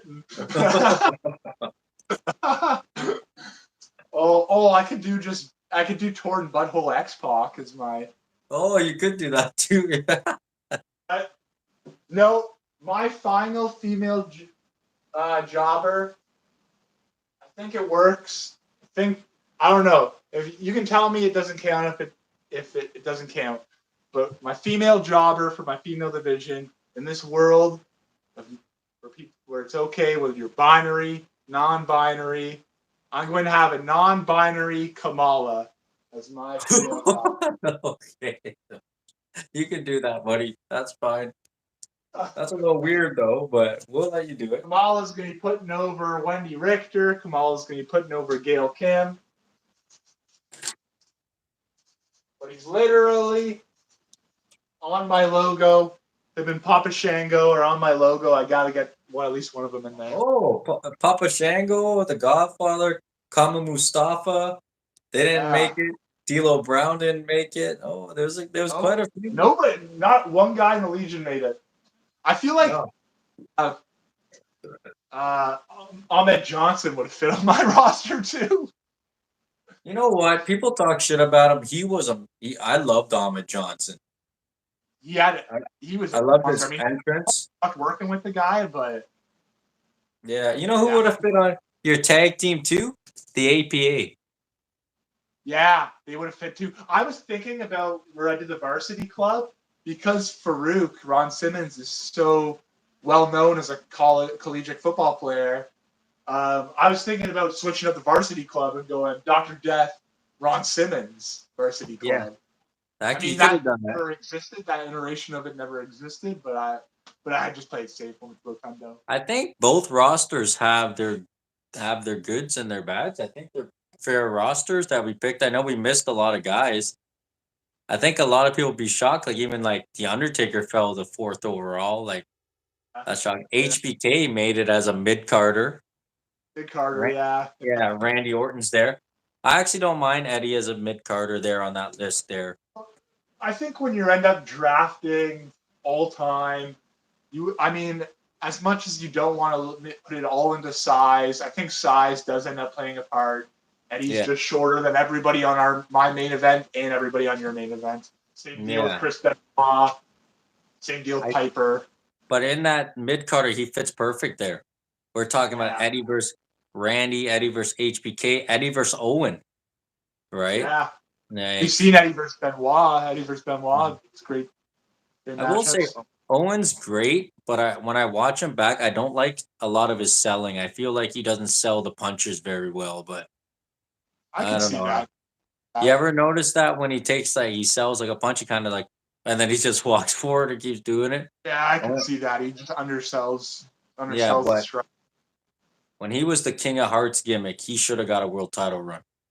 That was That that was it's a fire. shame. That was there's a couple times he missed the boat, and it's because HBK didn't want to work with him.